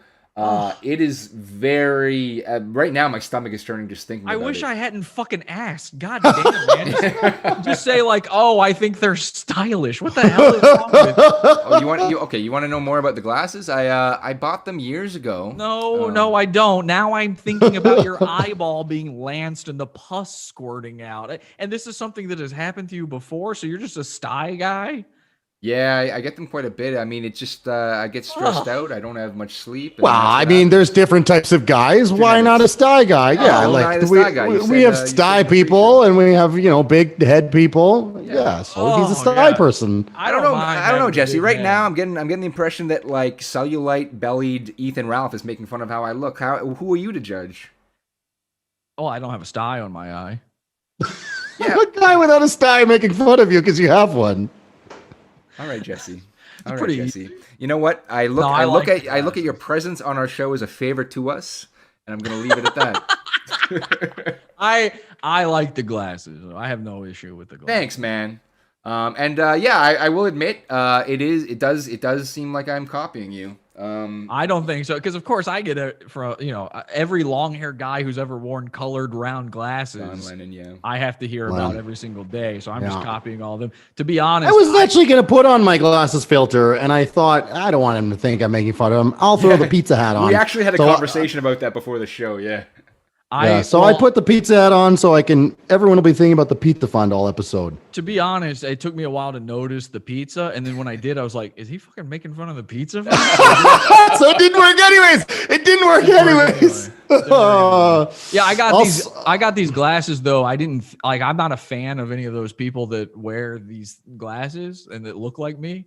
I wish I knew. I would have just switched to the fucking glasses. I could have done the whole episode like this. This is that way better. I just thought I was trying to get those really small ones, like the really tiny circle glasses. I didn't know how big these were. I ordered them online. I wanted those tiny Nazi scientist glasses. Nice. That's what Okay. I think there's like a certain kind of people that use those to look at diamonds. Something like that. I wanted to look really, like people think this is nuts. I was trying to go for really insane looking, and it turns out it's really hard to find glasses like that. I have not been able to find them outside of guys who pretend they live in the 1800s. They sell those.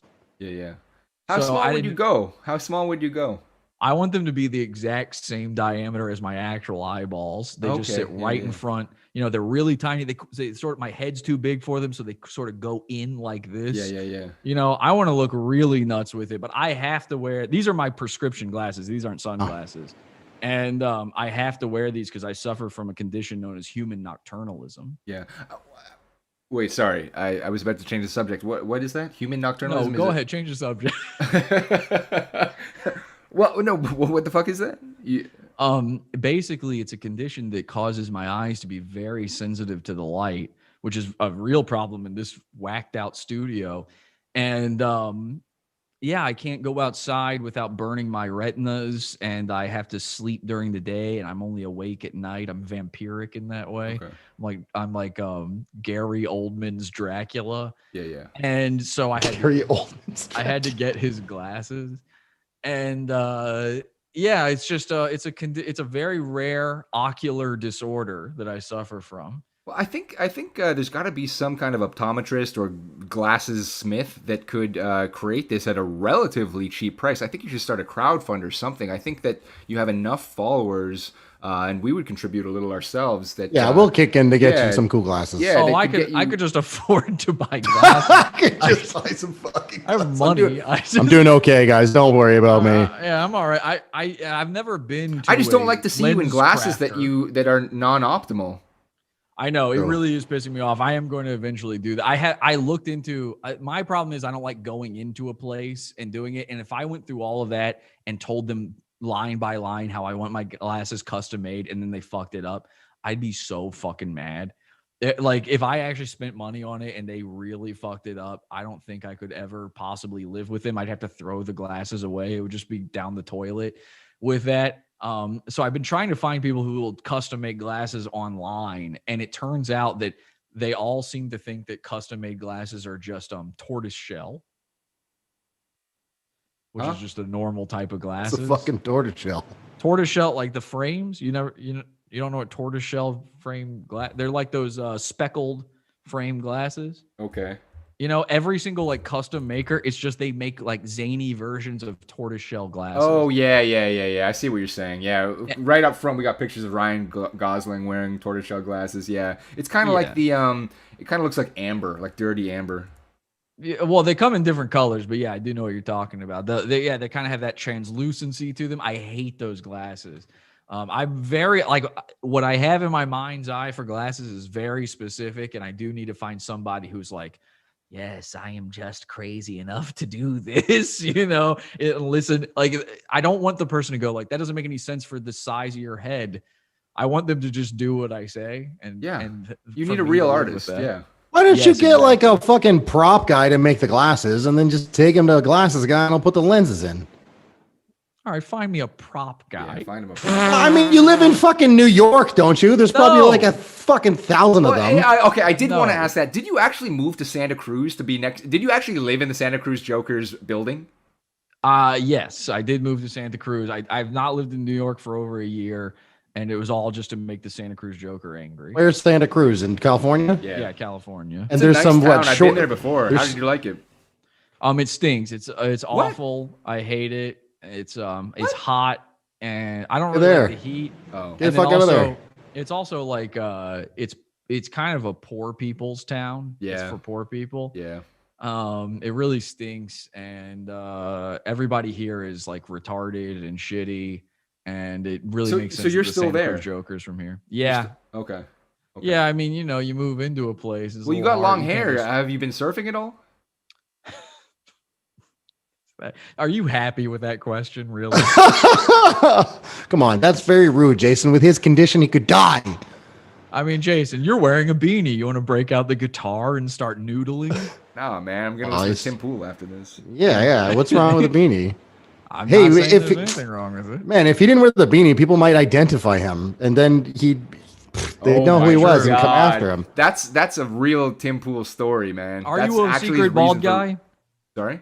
Are you a secret bald guy under there? No, I got more hair than I can deal with. Oh, nice. Wow. Yeah. That's a beautiful mane. You shouldn't cover that up. I get compliments from every barber. You look way better like this. You take the hat off. Get rid of the hat. It's off. Well, I mean forever. Yeah. See, I don't want to talk about my hair for too long. I could talk about it for a while. Hang on. Take the glasses off for a second. God damn, you're a handsome boy. With these killer good looks, you're just wasting your time on Odyssey? Come on, man. What else should I be doing, Jesse? I should be on fucking, what's it called? OnlyFans.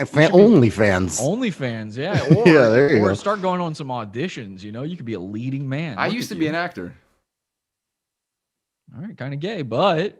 I agree. That's why I quit. Wait, why did you quit for real? Because they were coming after him with the swords. When you say an actor, what kind of acting did you do? I mean, like this is we're gonna talk about my life for the next 5 minutes. Yep. Hey, so you read a list of insults about the question is, why did I quit acting? That's the question. Well, first of all, what kind of acting did you do? Mostly stage. Okay, that's what I thought. And then why did you quit? So I'll try to sum it up in 1 minute. Start the timer. So I was doing the regular acting thing, auditioning, blah blah blah blah blah. I got really close to a lead on an NBC sitcom. It was in the bag. I knew one of the producers. I love that image you put on the screen. I know you're doing that, Jesse. I wanted to see how long I could. You're too. I wanted to see if you would talk about yourself to the point where you didn't notice the black guy. Well, I do like to go in my own space, but I did see it.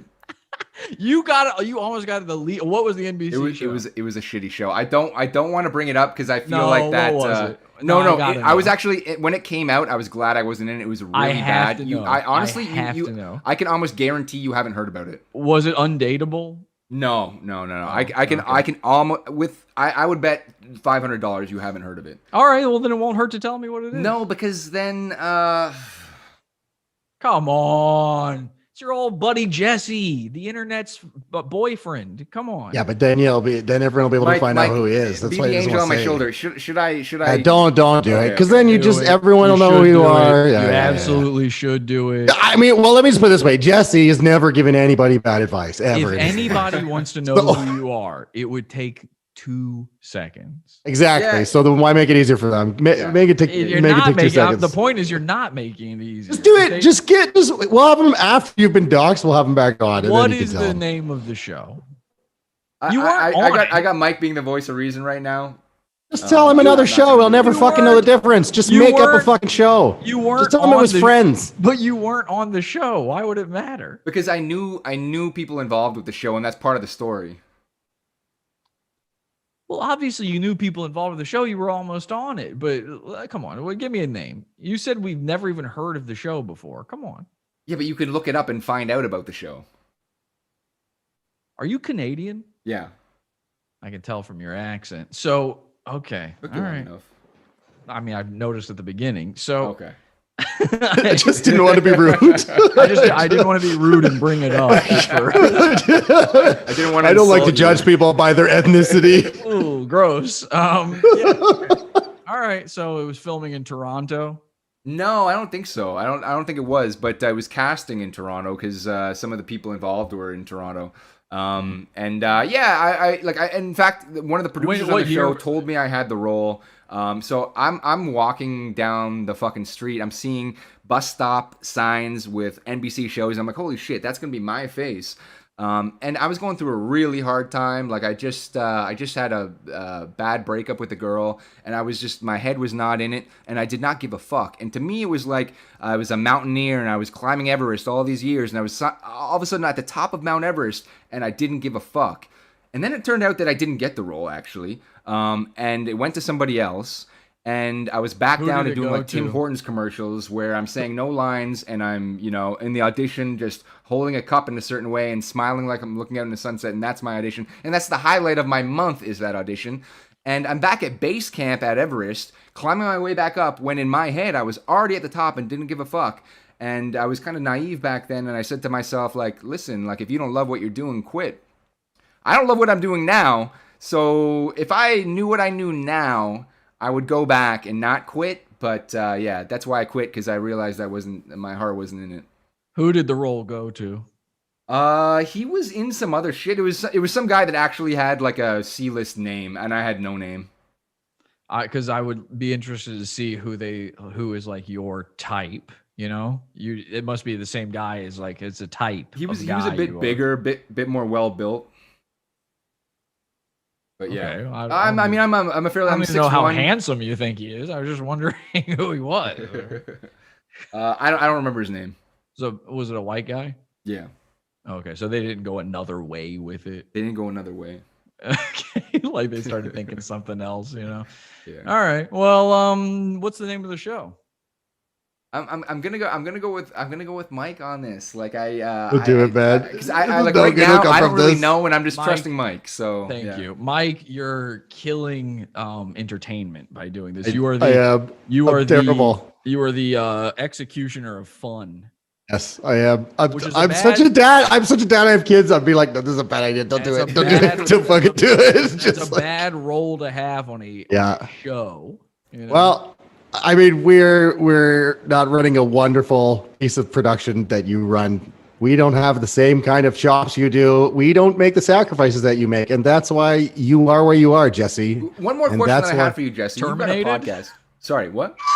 That's why you're canceled, Jesse. No, I didn't. Go ahead. You've got a podcast. Do you ever look at the analytics of your podcast, like geography of where people are listening from? Yeah, it's a mostly Canadian show. I don't believe you. No, I'm not kidding. Most of my listeners way. are Canadian. Really? I mean, even if you were just to look at like the people who show up on screen with me sometimes, like the hangout stuff I do, or go in my Discord, it is It's like- so oddly heavily Canadian that for a long time we used to joke that Pod Awful is a Canadian program. Okay, so the reason I ask is because we have a podcast as well, obviously, and our India numbers are going bonkers. That's not happening with India? you? I used to have a thing. I don't really pay attention to that stuff anymore when it comes to the podcast analytics or any of that. I used to pay a lot of attention. And back in the day, the one that would get me is one day I blew up in Azerbaijan. Oh yeah. Yeah, Azerbaijan, Podawful was really big in for like a minute, and then all of a sudden, never again. Which I worry about those people. I feel like they were probably bombed or something. It completely fell off. Maybe I just said something on the show. I don't know. I don't even know where the fuck Azerbaijan is. Like, to me, that sounds like where a genie comes from. So I don't know what it is, but yeah, I've had some weird ones like that. India, you said yours is? Yeah, and it's been for a while now. I thought it was bots, and I just wanted to know because I don't talk to many other podcasters. I just wanted to know if this was all like bots just downloading like Western podcasts. I don't know. I would say with it being India, that is where a lot of bot farms are, or just like literally a guy with 100 iPhones in front of him going subscribe, download. And so it might be that. I'm not going to take anything away from you. Maybe you guys are just, you're a big hit in India. Maybe one time you said the right thing about Vishnu or whatever, and they're like, fuck yeah, hell yes. Maybe they're confused about whatever's going on with Mike, Oh no, I'm Indian. Okay, maybe they're dead on about whatever's going on with Mike. So who knows? My big one, analytics wise, a while back, like a long time ago, was suddenly I became very popular in, I think it's called Hagerstown. It's like right outside of Washington, D.C. It's something like that. And all of a sudden one day I was getting like 25 downloads a day from, which doesn't sound like a lot, but back then it was a lot. And especially just from this one tiny area you've never heard of before, suddenly 25 every day. And then it started shooting up to even more. And there was like 100 every day. And then I realized it's like where one of the Secret Service's headquarters are, like one of their offices. Oh, no way. Are there. And it was immediately after I was arrested and investigated. And I thought like I had just, oh shit, this town really loves me suddenly. And yeah, they got a fucking statue of you up there. They were literally, and they kind of do love you. It's just their job to, right? It's funny. I mean, there are government employees where it was their job for a while to watch Podawful.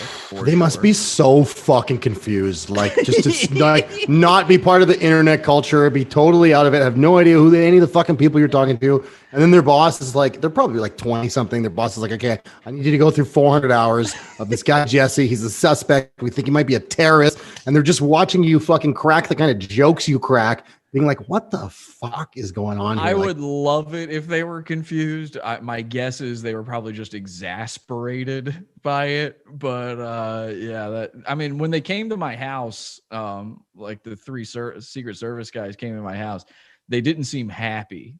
So they seemed like probably really not. They seemed You're probably really, kind of a fucking chore because like they signed up to stop terrorists and they have to come visit you.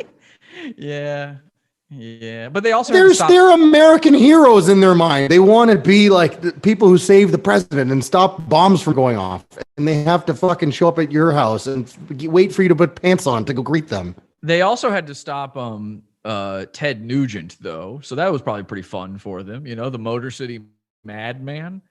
They probably it's like strikes and gutters. They get some fun ones and some lame ones, and then probably some terrifying ones. But that's like the cops who get to show up at OJ's house. They're like, "Oh, sweet, it's OJ. This is gonna be amazing." Yeah, he was one of the greatest rushers of all time. He got the Heisman. Yeah. OJ's a great athlete. Yeah, I'd be excited to meet him too. I think we did a episode on him, and even his like guards and stuff were like, "Oh yeah, he's so cool, like to be around." And he was like signing stuff for them, and Yeah, he seems like a really nice, sweet, gentle guy. Gentle giant. Yeah, for sure. Like I love watching him on Twitter and stuff. The little videos he puts out. Yeah, I do. I'm a big OJ fan. Yeah, I do like his Twitter a lot. Shame. Hey there, Twitter world. I do admonish him for his crime of stealing back his own memorabilia. It was kind of like I was disappointed in him, to be honest. Like you just look up to a guy so much. It seemed below him to do that, and I don't know if he was in some sort of desperate place. I know sometimes with athletes. They might get hooked on pills or something. Maybe I'm not making any allegations about him whatsoever. Well, yeah, I mean, I was just saying, like, it was such a disappointment to see him, just stealing. Really, OJ, stealing? Is that what we're about? And he's for the kids kind of thing. He's a smart guy too. He's a smart guy too because he was an actor and an author. He wrote a book. So I don't think that book ever came out, but yeah, he wrote it. No, I'm pretty sure. I think I've read it. I'm pretty sure it came out. If I did it, I think it's on Amazon. Is it? Yeah, I'm pretty sure it came out. You read it? I think I did. Yeah. Well, maybe you need to come back on and do a book review for us. My head is hurting from all the drama that I had to look into the past 2 days, Mike. I think we need to do a book review next episode before our Derek Chauvin coverage. Yeah, all right. Derek Chauvin. It's pronounced Chauvin. He's my uncle. I mean, I'm glad that you corrected me about the pronunciation because every time I feel like I pronounce it differently. Chauvin. Yeah, it's my mom's maiden name. Okay. That way you keep flashing George Floyd at us. That is honestly for my family. That is a very touchy subject, and I really don't appreciate you bringing it up. Have you kept in touch with Chauvin? You're not. He's not your uncle. Stop it, Uncle Derek. Yeah, he's my mom's brother. How's he holding up? He's actually doing great. Really good. They treat him like a king. Oh yeah. On the How so? Oh yeah. Oh for sure. And what's really cool is having this time off from work. He's a creative guy. I actually take after him quite a bit. What does he do? Well, he wanted to be for a long time a singer-songwriter. Okay. And he would write songs. Yeah. And with all the time he's got now, he has been working on some stuff. Interesting turn of events. He actually started writing parody songs. Okay. And he wrote, did you ever see the television program Daria? Not really. I'm familiar though. He wrote a parody of their theme song, which is called Standing on My Neck. Okay. And it's sort of about his, some events in his life, Uncle Derek's life. And it's from the point of view of St. George Floyd. Okay. Could you give us a ditty or? Yeah, it's something like I like hip hop. I hate all cops. My head might pop. Excuse me. 100% exonerated, not guilty. 100%. So not a single charge? Well, he didn't do anything. George Floyd, and this is in the medical records, died from taking fentanyl. Well, there's competing autopsies, right? There's the Hennepin County autopsy that says he died. Unfortunately, autopsies are sort of a bunk science. And what they're going to go by, there's one thing that is irrefutable when it comes to evidence, and that's video footage. Okay. I mean, you could say it's manipulated or whatever, but there were body cams in the initial scuffle, the part that nobody ever looks at. Yo, Jesse, I don't know if your uncle told you, but there was actually body cam footage from the previous interaction with St. George. Exactly what I'm talking about. And before any kneeling took place, which by the way is standard police procedure, you're supposed to kneel on a guy's neck until he passes out. But unfortunately for Uncle Derek, what happened was he didn't realize that George was on the stuff. And again, I'm for legalization of drugs, and you're a libertarian. We get it. This is where Uncle Derek and I would differ. Is he didn't like the drug stuff, but I believe the original body cam footage that shows St. George Floyd saying way before he had his neck kneeled on, he kept saying over and over again, I can't breathe. I can't. Yo, dog, I can't breathe. I can't breathe. I mean, the cultural appropriation, I'm not sure if that's necessary, but yeah, the words, the text, that is what he was saying. Hang on. Now, I don't believe in racism, but what you said may be a little problematic because you seem to think that being high on fentanyl is black people's culture. You're saying I'm appropriating that? Is that what people sound like when they're high on fentanyl? Well, that's what George Floyd sounded. He was black. He was high on fentanyl. Where's the? Well, I'm a well-known impressionist. I was doing a dead-on impression of George Floyd. I did not mean to sound, I wasn't doing like some random guy on fentanyl. This was him. These are his words. Maybe you haven't You seen know the what? footage. It's a sensitive issue, and perhaps I got a little catty about it, and I apologize if I made you feel His uncomfortable. words specifically, and again, this is a direct quote, and I have this thing where if I'm doing a direct quote, I try to sound as much like the person as possible. He was saying, I can't breathe. I can't breathe. And nobody was choking him. Nobody was even touching him at this point. They were just trying to get him to get back in the car or get out of the car. And nobody was choking him whatsoever. And he was already saying, I can't breathe. So as you can imagine, when you're doing standard police procedure and kneeling on the guy's neck and he's going, I can't breathe. I can't. You've been hearing that now for 15 minutes. You're not going to think it's any different than before. But he couldn't breathe before because he was choking on his own. He was like aspirating and choking on his own vomit. And Jesse, this is not what I was talking about when I said the previous footage from body cameras. Perhaps your uncle didn't tell you, but there actually was a previous altercation with George Floyd in which he consumed fentanyl before the altercation. The cops approached him. And that's why he consumed the fentanyl, because he wanted to hide the evidence by hiding in his own body. And he also, at that point, screamed out for his mother. He was very erratic, and there's a whole slew of body camera footage coming out from that. The judge recently actually permitted some of that information to be allowed in the trial for medical purposes. So the defense cannot bring that up unless it's about George Floyd's medical condition at the scene of the crime in question. You know what I find interesting is nobody ever talks about my Uncle Derek's medical conditions. What's because, well, he is colorblind and he actually does not see race.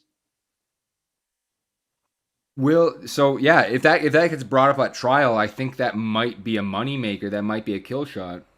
They won't let him bring it up. The judge has blocked it at every turn, and you would think that would be important, wouldn't you? But liberal judges, activist judges. That's disgusting. You know what I mean? That's absolutely disgusting. So you don't think that we'll see true justice, or do you think that the amount of evidence? True justice has already been delivered because George Floyd, the disgusting criminal man, is off the streets for good. Well, okay, he was a porn star. He was a fentanyl addict. He used counterfeit money. He put his gun to a pregnant woman's belly. But why do you call him disgusting?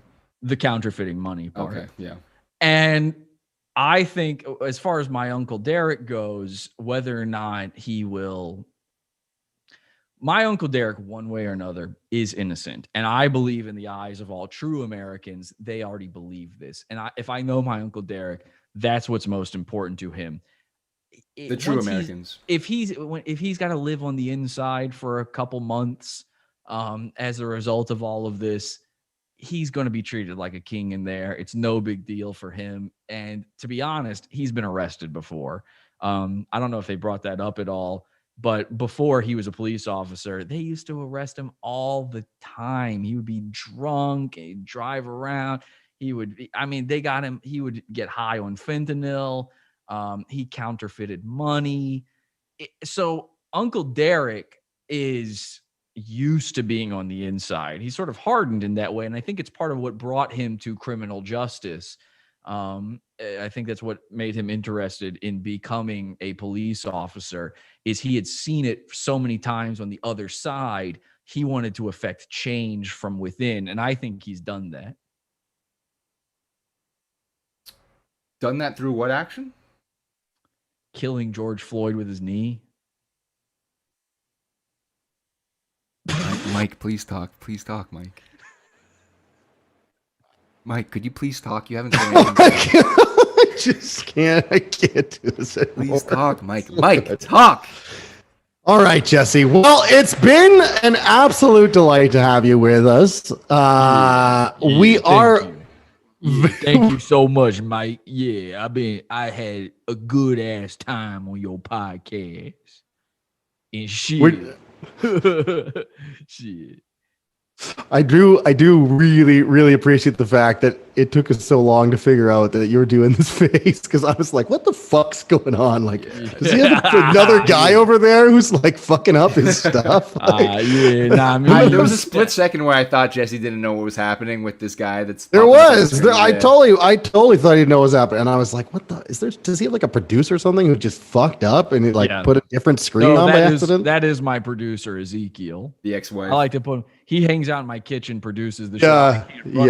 I like to watch all our shows from my kitchen. So, well, he produces it from the kitchen, and then I sometimes cut the camera to him. Yeah, what up, y'all? It's me, Ezekiel. All right, Mike. I'm a little worried that our YouTube channel is going to get banned. But you know, you're a little worried. You're a little bit, just tiny bit worried. A little worried. It's over. We don't have a fucking YouTube channel anymore. This is ridiculous. There's no way we make it through this. We're already 2 strikes in. Our fucking first guest back was Egg White when we couldn't. The first one was a warning. The first one was a warning. We're 1 strike in. Do y'all niggas ever play Call of Duty? Oh, Jesse. Well, to be fair, it was Ezekiel. Ezekiel, you can't say that. That was that was. You ever play Call of Duty? Yeah, I played it once or twice. Don't actually. I'm not a big fan. Oh my god. Oh wait. Okay. Oh, John, I was gonna have to cut the video. Do I still? No, that was me playing. Do I need to edit that part out? Do I need to edit that part out? No, that's me playing Call of Duty. Oh my god. I wanted to show you guys a clip. I actually got the high score. That was a little unkind. We beat the terrorists in that one. That was the one where we beat the terrorists. That was a little unkind. Mike, did you see what just popped up on screen? Yeah, it was nice having a YouTube channel for a while, but let's be real. We were never really in it with our hearts. We knew that our day would come one day. You guys are Odyssey boys. Yeah, we're Odyssey boys, but Mike, we're Odyssey boys now. We're shills for Odyssey. Do I need to fucking go through the rendering process? No. What do you? How do you render your videos, Jesse? I don't. They are raw and real and uncut. Well, how do you render your fucking like your? I mean, you got like these. I mean, you render some videos. No. All right. This has been the Game of Time live stream and podcast. Mike, bring us out. Land the ship. Land and put us in the cave. What is your guys' outro thing? What do you have like a tag? Yeah, we're gonna play a song. We're gonna play a song by Swoopy. It's called "Horse Family Running Round." It's a hot song. But do you have a tagline, or do you say? Well, normally at the end I just say something like, "This has been the Cave of Time podcast and live stream. Big thanks to Jesse. Check him out. Check out the Pizza Fund. Support everything he does wherever you can find him. And we'll probably end up joining him over there after we get kicked off of YouTube. Have a good night, everybody." You guys got to mute your mics because that's how it's set up.